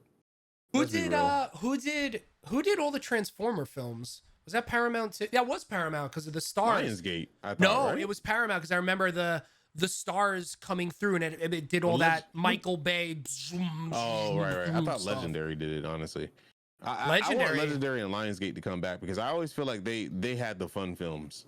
Like they're the ones that had the Legendary sold, or like their China division like took over their American division, and that's where kind of stuff went a little bit sideways from. That's why we didn't get a proper Pacific Rim 2, because Pacific Rim was an awesome film, fantastic, but the second one was just awesome. Oh my God, it was horrible. Yeah, well, like I said, I don't know. That's why I want Disney to take everything, because if they have rights, we know it's going. One thing about what people talk bad about Disney, but Disney, what's the word? They preserve everything. Like things don't just die off in Disney. Like they literally preserve it. It stays alive as long as it's making them money in some sort of fashion. And I think they could do a really good job with it. But yeah, I want to see Power Rangers go to a different level. That'd be nice to see. But I mean, other than that, I don't know. Right now I'm just like living as a fan in these stories. Yeah. And trying to just take on whatever comes my way, because I know some kooky films are just gonna pop up out of nowhere, or TV series gonna pop out of nowhere. But right now, I'm like, every good movie that's in a movie theater that's making money is a Marvel movie. As simple as that. And nothing else is really doing anything. Yeah. Marvel's to the point now where they just need to make their own movie theaters. The Marvel movie theater. Think about it. They probably Think about could. A Marvel movie theater. They probably could. With glass, like a museum set up. You go through there, you see all the outfits from the movies, the props and stuff. Yeah. And that would be fantastic. Everything is Marvel. Everything, the food and everything is, completely fanned out from Marvel branding and stuff everywhere. You know, you have a area where people can meet and sign with directors and whatever on premiere nights. Dude, that will go. It will be so ham. People would that thing will make a ton of movie. Oh, I would go I mean, in a, ton of movie, ton of money. Excuse me. I would go in a heartbeat. I And the mean, ticket that would be like, awesome. what the thing about this? We make the tickets $30 to match the you know the streaming, The Disney Plus, but you get access to this stuff. Then they hit you with a pass for every premiere. And that pass will be like $200 for a year, to where you get the movies and stuff like that. Whatever, you know, however much they want to do it. Get the movies discounted, and you get all these like perks for free, or not for free, for what you paid for. Dude, I'd be all over that shit. I'd go in a heartbeat for sure. I'd go in a heartbeat for sure. Yeah, that would be sick. But they have enough to show. I mean, they have so much to show too. Yeah. Prior films, current films, TV, like everything. What if they did a rewind? You know, and they did all the movies in one, you know, in like a series. It went through their gaps where they have movies and shows come out. They do it. Yeah. And then what if they play the series through the movie theater? I mean, there's so many stuff they could do with that. I hope they like look into stuff like that. I think that's what we need. Like Japan right now, even though it's a cluster with the COVID stuff, Super Mario World or Land opened, and it's doing very well. Doing very, very well. Even with the pandemic, it's making a lot of money. Marvel headquarters in I think it was not Florida, it was LA, opened up too. That apparently, I mean, there really isn't anything major, but it's a cool experience, people are saying. But yeah, I mean, what you're saying about Japan and Super Mario World, I've seen the videos, I've seen, you know, people coming out of it, and then reviews and news. That's cool. You can make an experience like that. That's wild. That is wild. Yeah, pretty dope. There's a lot of things to be had. Well, I guess we could talk about Avengers now, since we're talking about gaming and IPs and stuff. I mean, War for Wakanda comes out on the 16th. Yeah, officially Monday. Has a banging soundtrack. Yeah. It has a really awesome voice actors and actresses in it. Very legendary people like Chris Judd. Boy, and David Fenoy and Deborah Wilson. And God, I keep forgetting her name. Give me a second. I always want to pay respects to these voice actors because they don't get enough of it. Oh yeah, they're the cast that they put together is Erica absolutely fantastic. Lutherell, who plays Shuri. Yeah, David Fenoy plays Zawavati, and Deborah Wilson plays Okoye. And they did really good job. Really, really, really, really good job. It's a very important expansion, not only for the world of Avengers, that video game, but for people in general. I mean, this is honestly, this is the first Black hero introduced in Avengers right now. You know, in the game. There's nobody else. Yeah, you're right. Unless you can consider King Hulk a brother, but other than that, nothing there, man. You know, just like the comic books, you know, Black Panther was one of the first, if not the first, Black superhero, hero, so to speak. So we're gonna get that origin story. They created a whole universe around Wakanda. Their version of Wakanda is gorgeous. It looks really beautiful nice. From everything I've seen. Yeah, expect very good lighting effects. Expect good textures. They already showed us like 4 different Black Panther suits. They really did their research. I mean, they went deep, and they look great. And the one that they made specifically for Avengers, because you know that's how they have to present it. It looks good. It's a combination of 3 different suits. They even have the traditional original Black Panther outfit, which was tribal. Yeah, with the panther going around its side. I saw that. Sick, dude. They have the side story Black Panther when he went into the city and became someone else for a while. I mean, it was like a detective. It was really weird. I didn't like it, but they have that. They have the movies suits already in it, in-game suits already there. Yeah, it's dope. I think they're feeding off of the movie with the kinetic damage, so he'll have that kinetic thing where he can burst. Yeah. I've already seen. It's literally ripped from the movies, which is awesome because that's what people want. Yeah. It's a great power, and it makes sense for somebody that is just a normal human, though they have this ancestral speed and like power buff to them, but to give them a little bit something extra, that's nice. That's nice that they're taking that from the movie, because it is really it's it's a unique tech, and it makes Mhm. sense because the tech is coming from Wakanda if they're so technologically advanced. I like how they're playing off of that and bringing that to the game as Yeah, well. I mean, yeah, you can't really have a Wakanda without vibranium. I mean, it's Yeah, how Wakanda was built. So, I think that's going to be really great. And you got everything there, man. It's really really nice. The combat's gonna be badass. Avengers never suffered in the combat department. yeah, Uh, it was always they never fun. really suffered in the storytelling department. The campaign of Avengers is I loved AAA. it. I loved the It's campaign. just the multiplayer. You're gonna have problems with multiplayer. People rush through games. I mean, MMOs to this day are still having problems with keeping people sated when it comes to content, because people have this mentality that you have to be from point A to in game in like 2 seconds, and then you want to ask about in game. They don't enjoy that journey there. So They speed rush every it, yeah. expansion that comes out needs to have a strict 25-hour storyline to it. Something of that, because Wakanda's a 25-hour storyline. No, No, it's like it eight. brings the It's 8 to 10 hours, depending on how you. I'm pushing the content to 25 hours. But yeah, eight to 10 hour story, which is great. I don't think expansions need to be super duper long on a campaign.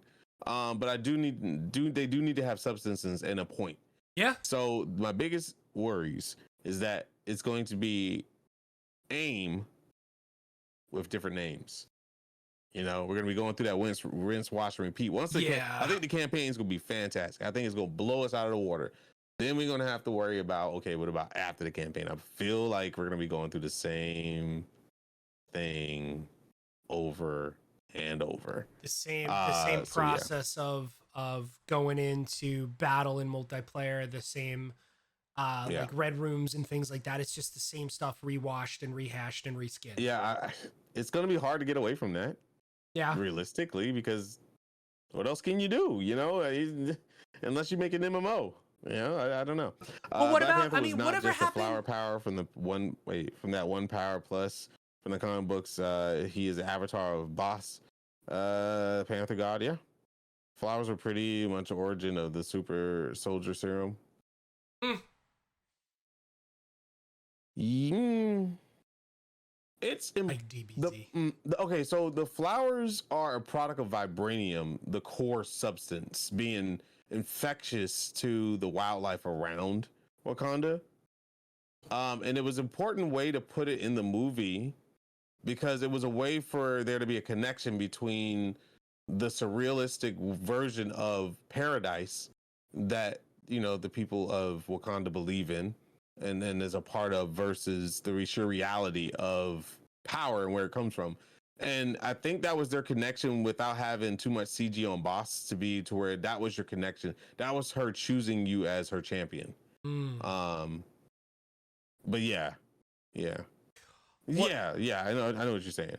I think that's and the flower does have a big importance in the comics as well. But I believe it's more like the connection with Boss. Like, this is her gift. She's choosing you as her champion, and it's a very very important part of the story, because even with this origin story that we're gonna say, they are doubting T'Challa. They're moving pretty fast in this story. I'm not gonna spoil it, but the premise is that they're doubting T'Challa's ability to lead. Oh, okay. There's a Wow. rift going on in Wakanda, and a lot of people look at T'Challa as a child trying to fill a man's role, because he's nothing like his father. What people are saying. Okay. He's very anxious and power hungry, and a little too over zealous and ambitious. Where his father was grounded and knew what was good for Wakanda and only cared about Wakanda. And that's the biggest thing, is that T'Challa tried to really hone that in his brain to only be worried about Wakanda, but he still had these outside. He got too involved with too many outside affairs, which left Avengers. Wakanda vulnerable to a lot of things.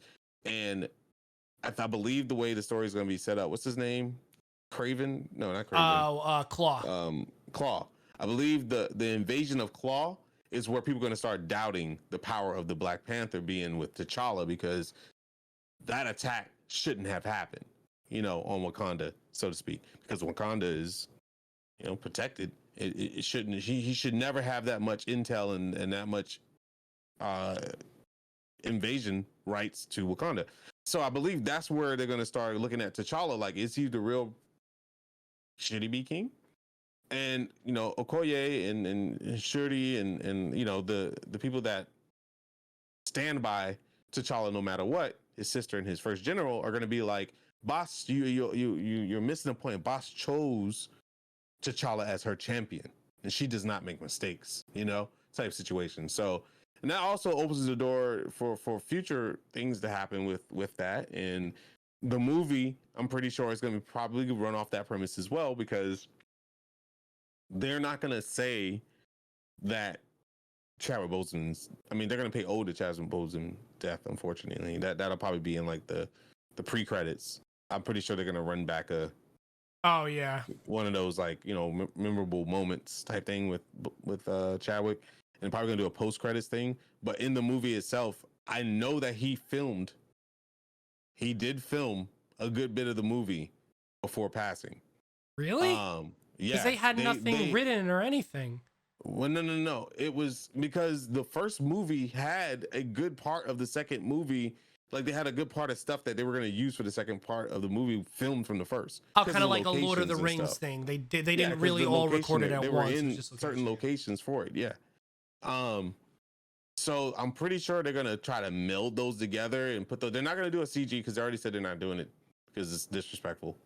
But I'm pretty sure that they're going to have some parts in it, or at least references to those parts about T'Challa. And I'm pretty sure they're going to do it to where T'Challa went off to do outside stuff against the Wakandan rules. And then Shuri takes over because they say we need a Black Panther. I'm pretty sure that's going to happen. Like how you bring and then Shuri will pop up and she'll be the Black Panther, which is great because that's actually a part of the book. And that's actually a way to really cover up a lot of stuff, because a lot of shit starts happening. Once Shuri becomes Black Panther, women's rights starts popping up, because you still have that problem with men being overriding women. That's still a thing, even though they're treated like queens over there.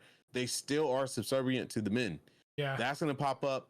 The rebellion will happen with the Dora Milaje. They will pop up.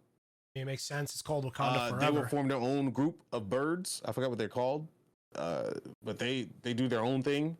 And that's where in the comic books, I think it was 2018, 2019, where T'Challa returns and comes home to, like, what the everything's burning. Like, it was like everything is on fire.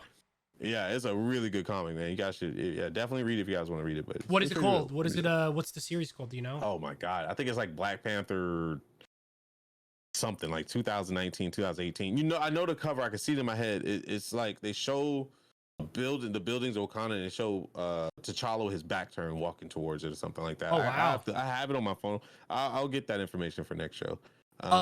It's been a while since I read it. One thing that piqued my interest with Avengers when it came out was like the second War Table in, because I was at the point I was really big into Destiny and I loved raids. Did they ever bring raids into Avengers, or are they still planning on it, or did they scrap that? Yes. Yeah, they did, but the timing sucks. So they have a raid, and they were thinking about bringing about more raids. The problem is you can only do it once a week, and it's on the weekend, where everyone's like, no, because MMO wise, you do raids to get gear, right? It's the same thing. The idea is, but if you only give it to us once a week, and we can only, it's time gated. That sucks, bro. Sucks, like, yeah. So you need to have it all throughout. It needs to have a week progression period to where you have a whole week. Tuesday resets like Destiny.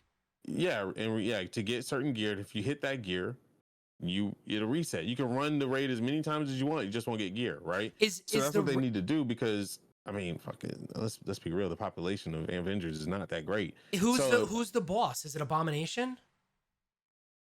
No. At least there's that. Oh my gosh, I'm trying to think. Because I remember doing Endgame stuff, and it was always Abomination. I'm like, I really want to see a different and bad guy. Taskmaster and a couple other people, but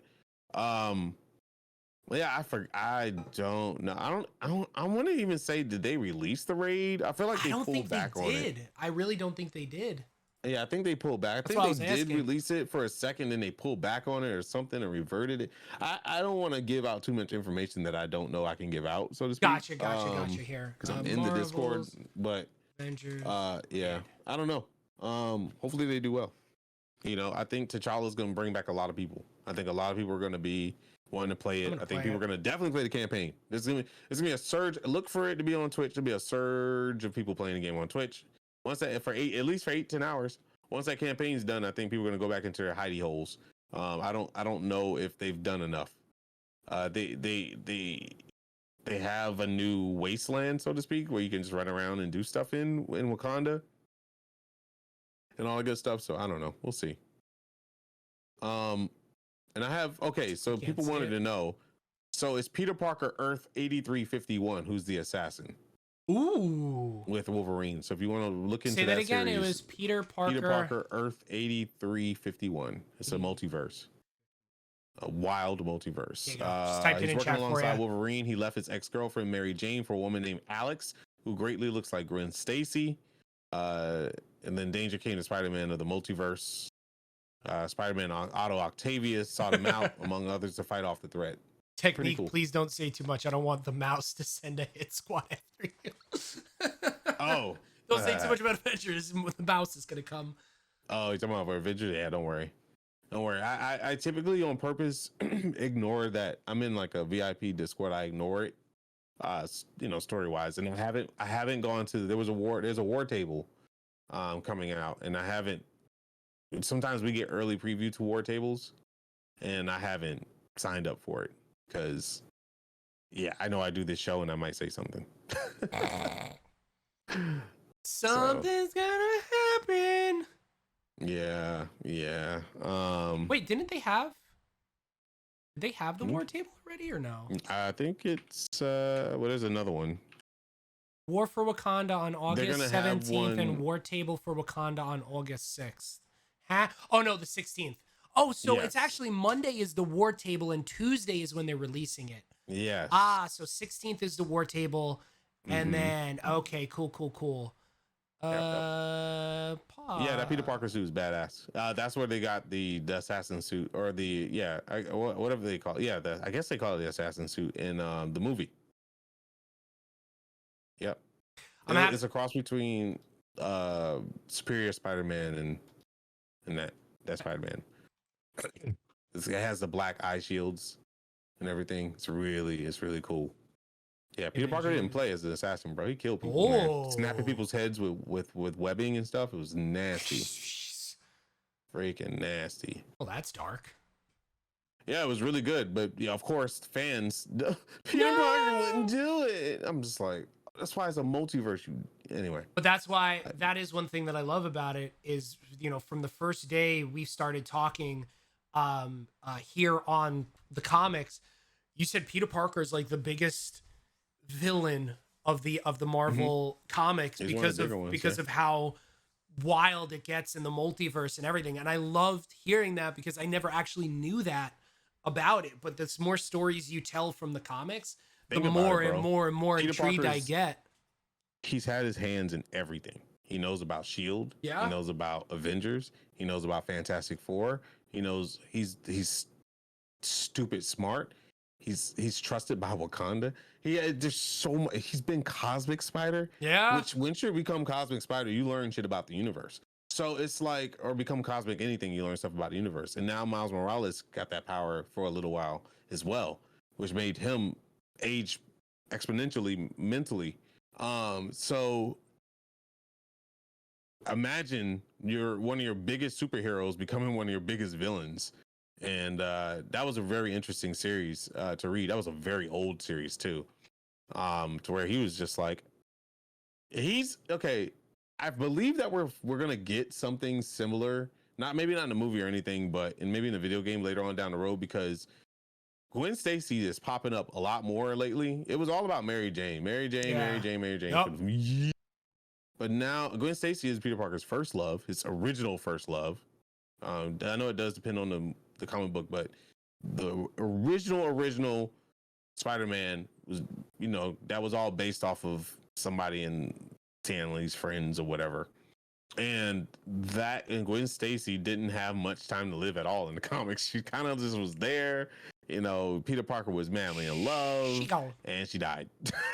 Like the Goblin has a way of getting under Peter Parker's skin, and so, but Gwen Stacy is it's his ultimate love, and that's why every comic book from then until now, where Peter Parker and Gwen Stacy meets and from different universes, they pretty much get it on. It's like, because it's a cosmic, what do they say? A cosmic, not a reaction, but a link or something like that. It's like when Gwen Stacy sees Peter Parker, period, doesn't matter what time frame he's in, they're together. But yeah, funny story is, we were picking on Gwen Stacy and we calling her the mistress of the multiverse. We're trying to use the word very lightly. Call her something else, because she sleeps with every version of Spider-Man. Doesn't matter. Okay, she's got a thing for Spidey. She even jumped on Miles, bro. Like it's a thing. But that's why I love comic books, because you get attached to these characters and you witness them throughout the multiverses and histories and stuff. Gwen Stacy's like Ghost Spider is really nice. It's really fun. Yeah. I like her better than Jessica Drew version of Spider-Woman, which is actually a show coming. Yeah. By the way, that's another thing. Based on Jessica Drew, and it's part of the Marvel universe. I don't know what to think about this, because now we gotta talk about Clone Saga. Yeah, you do. You can't have Jessica Drew without being connected to Peter Parker, but multiverse? Easy, okay. Multiverse, that's the answer to everything. Multiverse and time travel are the scapegoats for any movie, any TV show, anything in a fictional world, and we have it here. Literally, by doing what they did in Loki, has given Marvel, and by circumstance, I guess, to somewhat Sony and the Spider-Man universe, carte blanche to essentially do whatever the hell they want to do. Yeah, that literally opened up Pandora's box for everything. It's like much. you can't get away from it now. Now, Marvel already set it up, and it's something that we all believe. Rescue, Ironheart. Yeah, they're coming. What was the chick name from Thor? The goddess. Oh my God, what's her name, dude? Oh, my brain. Female Thor? The black chick. Oh, Valkyrie. Valkyrie. Yeah, Valkyrie. Wasp. Yep. Female Thor, female Loki, maybe. Sylvie, yeah. Jessica Drew, Miss Marvel, Captain Marvel, the Marvels in general, all of them. She-Hulk. I think they're gonna do a thing with all of them, because I don't believe they did that woman together, standpoint in game just to say we love women. It's not the Marvel way. I mean, you're kind of getting that with the Marvels now. They changed it from Captain Marvel 2 to the Marvels now, because you're gonna get Khan from the Miss Marvel TV show. You're gonna have Brie Larson's Captain Marvel, and she was a Captain Marvel at the time. The girl from WandaVision who gets her powers that her name always escapes me. Rwanda. Hold on. God. Josh, you probably know this. I can't think of it. God, it's on tip. It starts with R. It's tip of my tongue. WandaVision cast. There she is. No, Monica Rambeau. There you go. Monica Rambeau. Yeah. That's what I'm thinking. Yep. Rambeau. Yeah, Monica Rambeau. Yeah, all of them. So I think there's going to be a film with all these, and then you have Katie Bishop. Kate Bishop, coming in as Hawkeye. Yeah. Well, Kate Bishop. Well, okay, now I'm very confused. Kate Bishop is an apprentice that he took on. Yes. Or is it his daughter?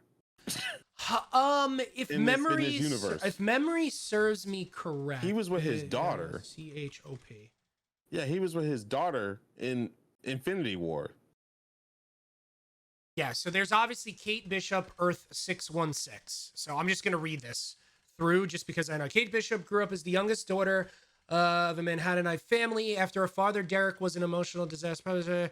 Kate admired him, blah, blah, blah, blah, blah. Her mother was estranged, blah blah blah blah blah blah blah blah blah. El Because Matador. She finally met up with El Matador. Something with Kate. So she has a relationship with Matador. Kate was impressed by the Avengers, but specifically Hawkeye for being a regular human with no powers but only skill. With the recent dissolution of her father, Kate turned to Hawkeye in her role as her role model. right, So she's but just go ahead. This is just what I'm reading from no, 616. that's the story it should be, because spoiler alert for people that don't know, didn't read the comment. Katie Bishop's parents are Hydra, by the way. Yeah, So I knew that her parents she were was bad, breaking, yeah. and she knew that they were Hydra, and she was Hydra, but she broke away from that because she was more so into the Avengers, and her love interest in the comic books nowadays is Miles. Well, Miles Morales and her had a relationship. They broke up. Oh, what is this? Go ahead. I'm sorry. Go ahead. I just read because something. they had. I mean, Miles was like, "God damn, your parents are Hydra." Damn. like that, like damn, like, and I think that was Ultimate. That was Ultimate Spider-Man, by the way. So that universe got completely waxed and then merged into Prime Earth, where Katie Bishop is a totally different person, essentially. When they're grown up, and he doesn't even really know her. I think in his universe, or he knows of her but doesn't seek her out. But in the movie, Katie Bishop was looked at as his daughter because he has an older daughter. Remember? He does have an movie. older daughter and a she son. was shooting arrows. Yeah. Like he was teaching her how to shoot an arrow. So I'm a little confused with which way they're gonna go with that. But maybe she's just his daughter that he's teaching her how to shoot arrows. They're and gonna Katie Bishop's just some random woman a random, older girl that. Well, See, we don't know what age she is, and one thing that saves it, which is the same thing with what they're doing with Wasp and Ant-Man's Quantumania. They have the fast forward jump of how many years? 5 years. Mm-hmm. So when Hawkeye takes place, we don't know how old his daughter is, so it could be still Haley Steinfeld. Like it still could be his daughter. I don't think so. Now that you made that up, I think once he goes Ronin and all that stuff, I think he probably took on an apprentice, and she ended up being like a daughter replacement to him. Maybe I'm just okay. That makes sense because he lost his family. He went freaking haywire, right? Yes, he did. He lost his family due to the blip. I want to hear more about this girl Ronin. was there. Maybe he found her as Ronin and raised her, as his apprentice. And then when the blip came back and his family came back, maybe he took her on as an apprentice. I don't know. That's probably kind of the way it worked. But that's the whole point of like having origin stories and interests, is because we'll find that out in Hawkeye. So here's something interesting when you want to start pulling things together and how they're using comic books. We've talked about Young Avengers before, and we just recently talked about Kang. So Kate Bishop, and we actually know that it's Kate Bishop. So it's definitely not it's 100% her Kate daughter. Bishop. So it goes, Kate first encountered the Young Avengers during her sister's wedding. She helped save them with Patriot's throwing star, blah, blah, blah. And then she joins them with Cassie Lang, who they just recast for Ant-Man and Wasp Quantumania. And here we go. Not long afterwards, the mansion was attacked by Kang the Conqueror. To join battle, Kate donned the gear of the mansion, including Mockingbird's battle staves, mask, swordsman's sword, belt, blah, blah, and Hawkeye's bow. After defeating Kang and saving the world, Kate and Cassidy remained as permanent members. If they're doing the Kang storyline and they're bringing in Kate and Cassidy, Young Avengers in Phase 4 could be a massive bring a massive impact to it. That's Young sick. Avengers is 100%. I didn't even realize that. Once they said Riri Williams, She-Hulk, and I was like, this is we know what's about to happen now. It's about to go down. Robert Downey Jr., 85%. I'll say 75% is coming back to the Marvel Universe, but not in the way we think. As a hologram, bro. I told you can't have Riri Williams, Ironheart without Robert Downey Jr. You can't have it. It can't happen. But can't you have Rhodey though as the replacement? Rescue can only mentor her somewhat, because Pepper Potts is coming back, but she can only mentor her so much. She can't. Pepper Potts don't have it up here as much as Tony had, and all Tony. We'll be the dumbest joke. Like he would be the dumbest joke in history if we didn't have Robert Downey Jr.'s Tony Stark actually have a failsafe for if he died. That's true. That is Especially very, with his very daughter true. being rumored. I mean, come on now, like his daughter's still gonna be young no matter what Yeah. because she wasn't part of the blip, so she's not gonna be a part of the Young Avengers. We know that, at least as of now. There's not even comic books with Tony Stark's daughter yet. I don't think. I don't think. I mean, I could be wrong. Let me look it up. But Riri Williams is his successor, and he will teach her. And it's literally super. It's so canon because Riri Williams wouldn't become Ironheart without Tony Stark because Tony Stark literally put her through school, or he scouted her out. Remember how in Marvel that he has this little talent search thing? He still Yeah. has that in the movie. So he scouted out Riri Williams. She was 9 years old when she completed college. like she's a genius. Jesus. Yeah, she's a genius. She was his highest. She took. There's a test that Tony Stark has that the kids take, and they get to go to his special school, to prolong technology and stuff. And Ah. she ranked. She scored the highest on his test. And when he went to look at the paperwork, he was like, "Who is this? She's 9 years old," and he had to seek her out. And he went to go talk to her, and he found out that she had like a really bad attitude. She was very just like, I don't care, this, that, and the other. Who cares? And he's like, why are you like this? She was like, because I'm bored. She's like, I act like I don't know, but I'm so bored. And so that's when he took her on, and he said, well, I have this special program. And she grew up building, different suits because she really loved Iron Man. She built different suits and stuff. And when they found out about Iron Man's death through Civil War 3, Yeah. and I say deaths very loosely because Comic we books. don't know if it's a long-lasting coma. We don't know if it's actually death. His body's not buried. All this stuff. There's a hologram failsafe by Tony Stark to become. He's still there. He's still running Stark Industries, but as a hologram with his essence built into it. Everything is an AI that can compute just like Tony Stark because it was made from him. And he teaches. He has the same snarky. Instead of having Friday, it's Tony Stark in the suit.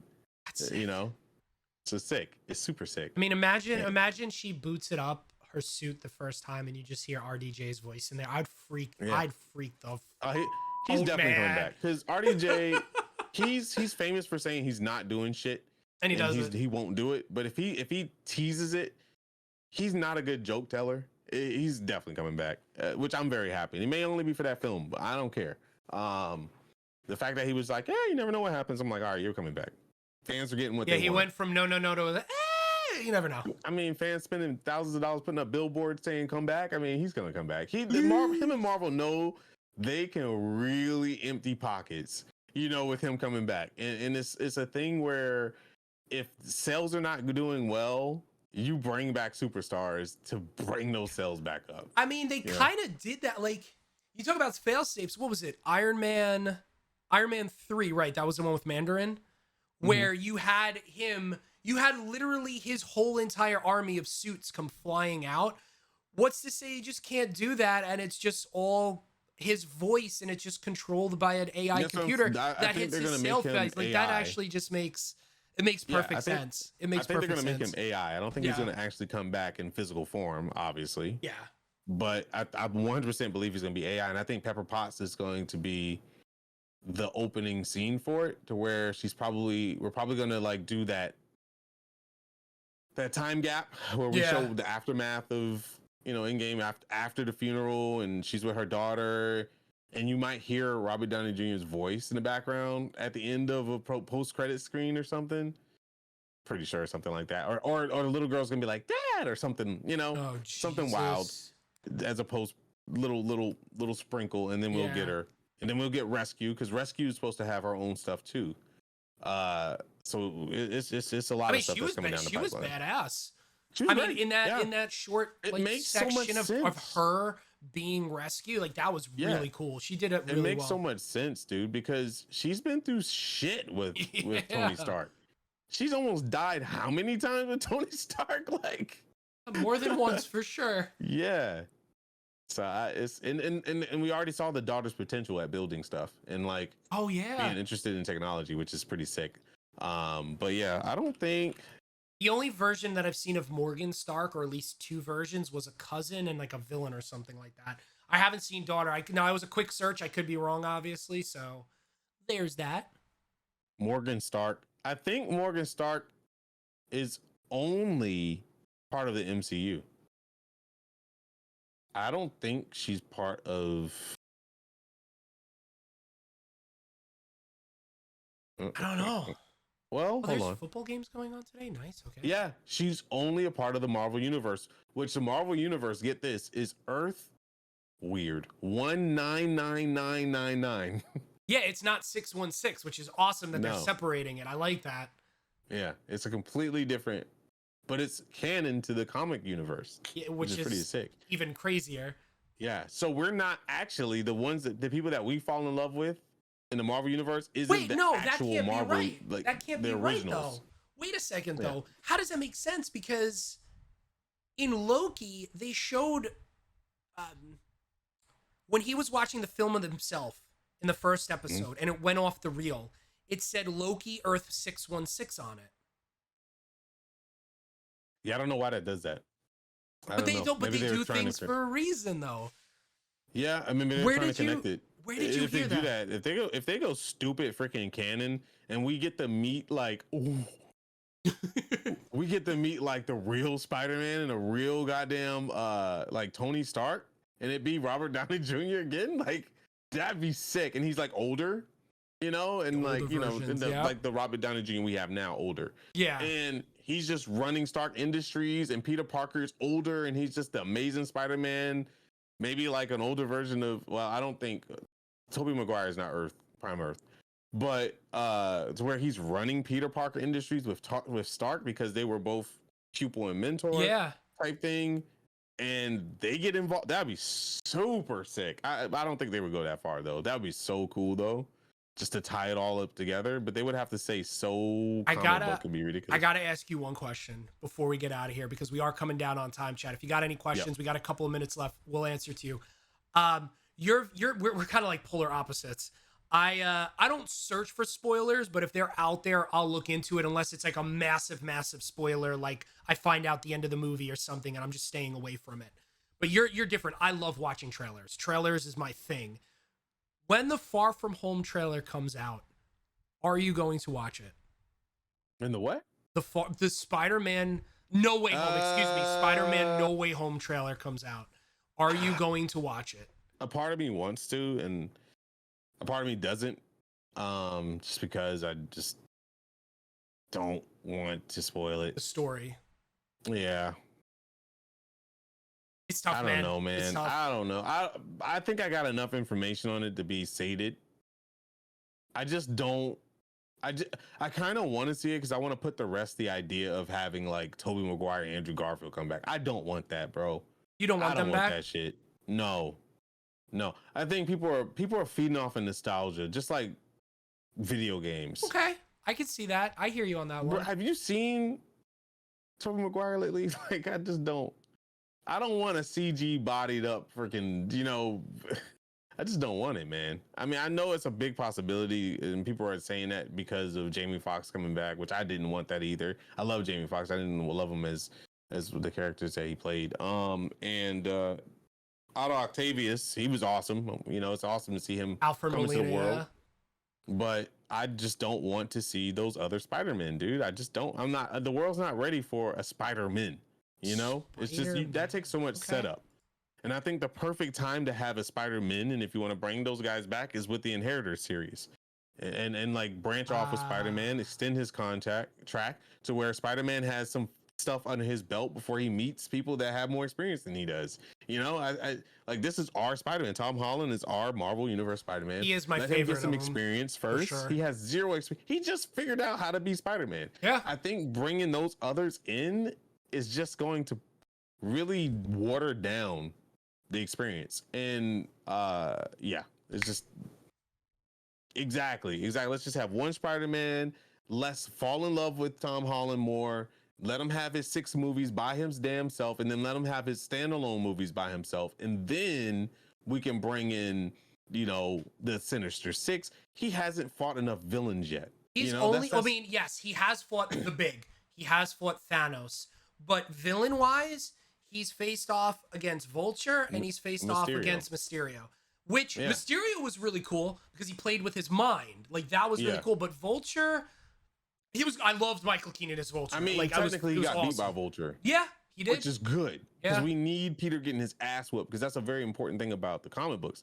The Vulture was great. Mysterio technically whipped his ass too, because he found out that he felt weak, and that was good. And then the real Sinister Six, we need our Kingpin before we get anywhere with Spider-Man. Oh, I read that piece of news too. Oh god. Yeah. Did you hear that or no? What about the original actor for Kingpin? Or? Yeah. He didn't die, did he? No. Okay. Just like everyone else, apparently he's supposed to reprise his role. Oh yeah. I'm down for that. I liked him as Kingpin. No, he's perfect. I thought he was dope. What was his name? Something D'Onofrio or something like that. I thought he was fantastic. Good. He was perfect. I loved it. Because Hell's Kitchen is was mentioned a couple times in Spider-Man. Yep. So that's and then Daredevil is still, and he still Charlie has Cox, his role as Daredevil. He's still there. So if they bring Daredevil in and dealing with, I think that's a perfect crossover. Having Daredevil come back, Matt Murdock come back, have Peter Parker interact with him, learn from him, because he's season 2. Yeah, and then introduce Kingpin, and then Kingpin say, "Oh, you thought you had me, Matt? I got Sinister Six." Boom, introduce them, freaking blow up the scenes. Have that be like a interjection between movies, not just kill off every villain in one movie. Because good Lord, Marvel needs to stop doing that. Introduce them, like have Scorpion introduced, and we see Scorpion all beefed up and stuff, and Rhino. Oh, I can't wait to see Rhino. Have that done. Didn't they already show Rhino? They showed Rhino, and he was during the end scene. No, they showed him in the being suit. Detained. No, it was in Andrew Garfield's Spider-Man. It was Spider-Man 2. It was the end scene. He's about to throw like a web. What do they call them on the ground? Sewer cover at him, if I remember correctly. And he is in the Rhino suit, and it's oh my god, what the hell is that actor's name? But yeah, it wasn't a good Rhino. I want cinematic universe. I want a, so we still got Rhino, Sandman, all of them. We still got to introduce all those guys. So they're setting up for Sinister Six. I understand that Michael Keaton is in Venom, but he's different in Venom. He's not the Vulture. But he's wearing the jumpsuit that you see him in the end of Spider-Man, talking to Morbius as well. So like all these movies that they're coming. What the hell's happening to Morbius? True. I mean, here's an interesting thing. Like, they may do like a New Mutants, what they did with Fox, and just get it out there after they buy him, if they buy him. But with Tom Holland contract at the end of this film with Sony, could change everything for the good or everything for the bad. I'm saying right now, if Tom Holland is not, if they introduce a new Spider-Man, people are just going to be done with Spider-Man. I'm done, because this is perfect. This is perfect. Including me. Because there's no other person. He's young. You have a ton of years with Tom Holland. He's young. He's fit. He can flip, do whatever you need him to do. He's very easy to work with. And guess what? He doesn't cost as much. I'm gonna make a prediction. So Disney, the mouse, Ellswood, bought Fox for $75 billion. They bought Star Wars for 3.2, I believe it was. It wasn't 4, it wasn't 2, it was like 3.2. Which I feel like they just threw a number out there. If you were I don't feel like they had a negotiation. Oh yeah, no. If you wanted to buy Star Wars, I personally think it's more than 3.2 billion. But yeah. But like, I don't think they're gonna buy Sony. I think they're gonna say Tom Holland's not coming back unless it's part of the MCU. Blah blah blah blah blah. Mobius this, Venom that, whatever. We're buying all the rights back of Spider-Man. And you're going to see it actually probably be around 75 billion also. It's going to be it may actually top the $100 billion. And it's just going to be for bringing Spider-Man back to the Marvel Spider-Man universe. Is the biggest moneymaker for Marvel. Yeah. That's why Sony is playing what they're playing, because they understand how big Spider-Man. Also, they understand how big Marvel and Disney will get if they get Spider-Man in their pockets. It's over. Like, Sony has nothing else. And you know what? The thing that Sony needs to concentrate on? Why the freak aren't you guys making God of War movies? Yeah. Like, my God. They have so much in their back pocket. that they can do, That let video go of game- Spider-Man, dude. Leave it alone. You don't own that shit, really. You know, it's Marvel stuff. Concentrate on your own. God of War movie, if done correct, would make more money than Venom. Hands Oh, down. yeah. Like, why waste your time? Anyway, I just wish I could consult with these people. Sony's got some great. It's Sony's Sony got Western market. It's not Eastern. They don't give a shit about Spider-Man. But you know what I do like what they're doing though. Like I don't know about the Nathan Drake, Tom Holland, Mark Wahlberg Uncharted movie. I like how they're making Last of Us a series and not a movie. I said this with the book Ready Player One, which I absolutely loved. I want to see more video games and more books to be adapted as series because they're long form storytelling. I'm sure, don't get me wrong, I'm sure you can definitely, because it worked with comic books, you can turn them into a 3-hour or 2.5-hour film. But it doesn't work. It doesn't work for everyone unless for God of War specifically. Take God of War, but you can't take that 20-hour story and bring it into 3. You have to go Lord of the Rings. No, they film need it to all do at once, each- and it needs to be a trilogy. Just Yeah, start it it off needs to with be- Witcher. That's the at the only way I least- could see it as a movie. At the least, That's a why trilogy. I like Witcher, even though it was a book turned into a video game. I like The Witcher as a series because it's longer form storytelling, Well, and that's not what only I that, think you give need. people time to research the character and that's fall in true love with too. the character and become fans. You know, and it's like, yeah, I completely agree with you. That needs to be a thing. I feel like Sony has so much potential to do so many things. Yeah.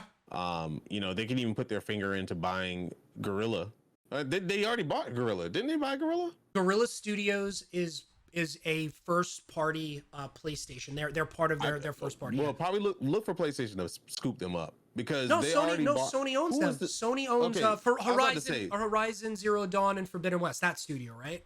Yes. Yes, they own them. 100% own them. Okay. PlayStation owns them. Make a freaking Horizon movie. Yeah, I would love to see that. That's perfect. Dude, they could think about Avatar meets, you know, other movies we already seen. Put it together, bro. People eat that shit up. And Yeah. I'm not excited for the new Avatar movie. I don't give a crap about Same. it because I was a kid when that movie came out. All right, It's too much of a gap. Too much of a gap for me. Yeah, it's too much of a gap, man. I don't know, but anyway, I think there's so many great things they can do. Sony has so many bags. I think they just want to play with the big leagues. You know, Disney. God, I'm praying, I hope, and I'm pretty sure because I think Tom Holland's gonna be one of those people where like he's gonna be like, I'm not gonna ruin my image for Sony. Just not gonna do it. Yeah. I didn't fall in love with Sony. I fell in love with Marvel. You know, and I think that's gonna be a big ball player right there because you can't have a Spider-Man universe without a Spider-Man, and the fans are just not gonna go for another Spider-Man. Tom Holland was a risk. Yeah. It was a big risk. I remember the first time he was introduced, people were like, "Hell no!" You know when they said that, Hell no. they were like, "No, bring back Tobey Maguire." I'm just like, this dude is. You know how old Tobey Maguire is? He can't do anything that Tom Holland does. You know. And then when we saw Homecoming, it was dope. Yeah, it was great. You know. So I don't know. We'll see. Warhammer 40K. Warhammer's a massive franchise. I'm surprised they haven't really done that. I can't wait to see Dune. I cannot wait to see Dune. Dune. Yes, that looked really, really good. So much that I'm reading the books now. Ooh, okay. Freaking Zendaya in it.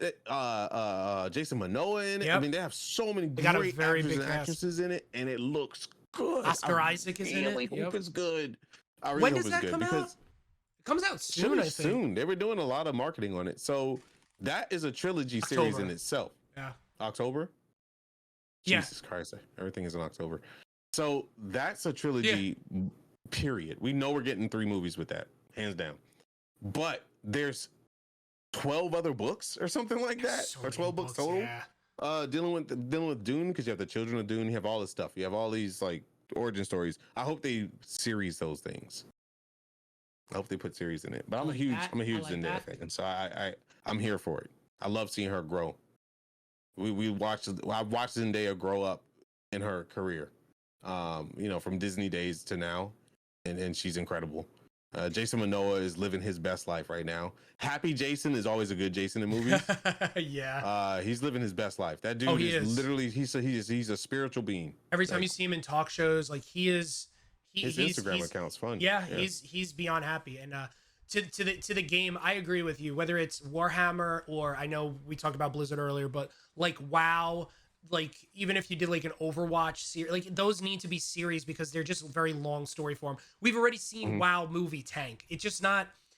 Well, they're just not anything Blizzard right now. They just need to stay off the grid. They're not going to do anything for a while. Yeah, I'm they surprised. just need to stay off the grid, repair their whole goddamn company, completely get rid of everybody, and rehash a brand new thing. Yeah. And you know what? If every man out here hates me for this, they need to put a woman in power. Yep. She doesn't have to be CEO, but make her up there. You know, because if they had someone, and granted they did have women up there that was quiet, and shame on them. Shame on them. But if they did have somebody in power that was willing to work together, like a co-ownership type thing, and they can pull everything down together, it'll show unionship, and it's not going to be a recovery that's going to be instant. It's going to take many a years, probably 4 to 5, but at least the company won't go under. But the way they're going with this hiding bullshit and this denying in court and blocking people and firing people for speaking out, that is not a good take. That's not a good take. That's not a good thing right there. Yeah. But that's just not working. Man, it's 2 o'clock. Man, this went by. This went by quick today, man. Games using Warner Brothers. My thing is this: if it can work, it could work. I'm all for people taking risk. I'm a risk taker now. If people want to take a risk and make video games and make movie series and make TV series for the sake of video games and comic book world, do it. At this point, do it and try to do it well. If you don't, we'll forget about it. But other than that, just do it and do it well. But anyway, this has been a great talk, man. We went over. That's not like us at all. This was a really good episode. It's been a while. Catch up. It's a catch up episode. Yeah, but it was absolutely fantastic. It was great to get behind the mic and camera and speak to you again and speak to the audience about the things we love, my man, about the things we love. And next week we will be back. We're gonna be on a for at least for a while now, right? We're gonna be we're gonna be here every Saturday here on the Rare Drop Network on twitch.tv/Rare Drop. We will have our podcasts that usually come out every Monday as well. So 12 p.m. Eastern Standard Time here on Twitch. You'll be able to check myself, Nighthawk Plays, and Frank out. Definitely, it seems like over for the next 2 months at least, talking so much goodness with you in this superhero universe. Yeah, we got a lot coming up. We'll be talking about What If next week, so make sure you do your homework and watch at least the first episode and the second episode if you can. We'll be getting a little bit more into that. I'll be talking about the Easter eggs and stuff happening in What If episode 1, lead into 2. Also War for Wakanda, if you're interested, it comes out on the 16th. That's in 2 days, so check that out. I'll probably give it a little play here and there to see how I like it on release day, and give you guys info on that. And other than that, yeah, guys, stay cool, stay safe, wear your mask, take your vaccine if you can get it. You're privileged enough to be able to get vaccinated, like a lot of countries can't. So please at least try to do that, and be safe out there, guys. People are dying, and it sucks. What do you got Thank going? you so very much for being here, guys. We appreciate you all, and thanks for joining us, the Commix on the Mix, live here on the Rare Drop Network. Take it easy, and we'll see you guys next Saturday at 12 p.m. Eastern. Peace. Bye.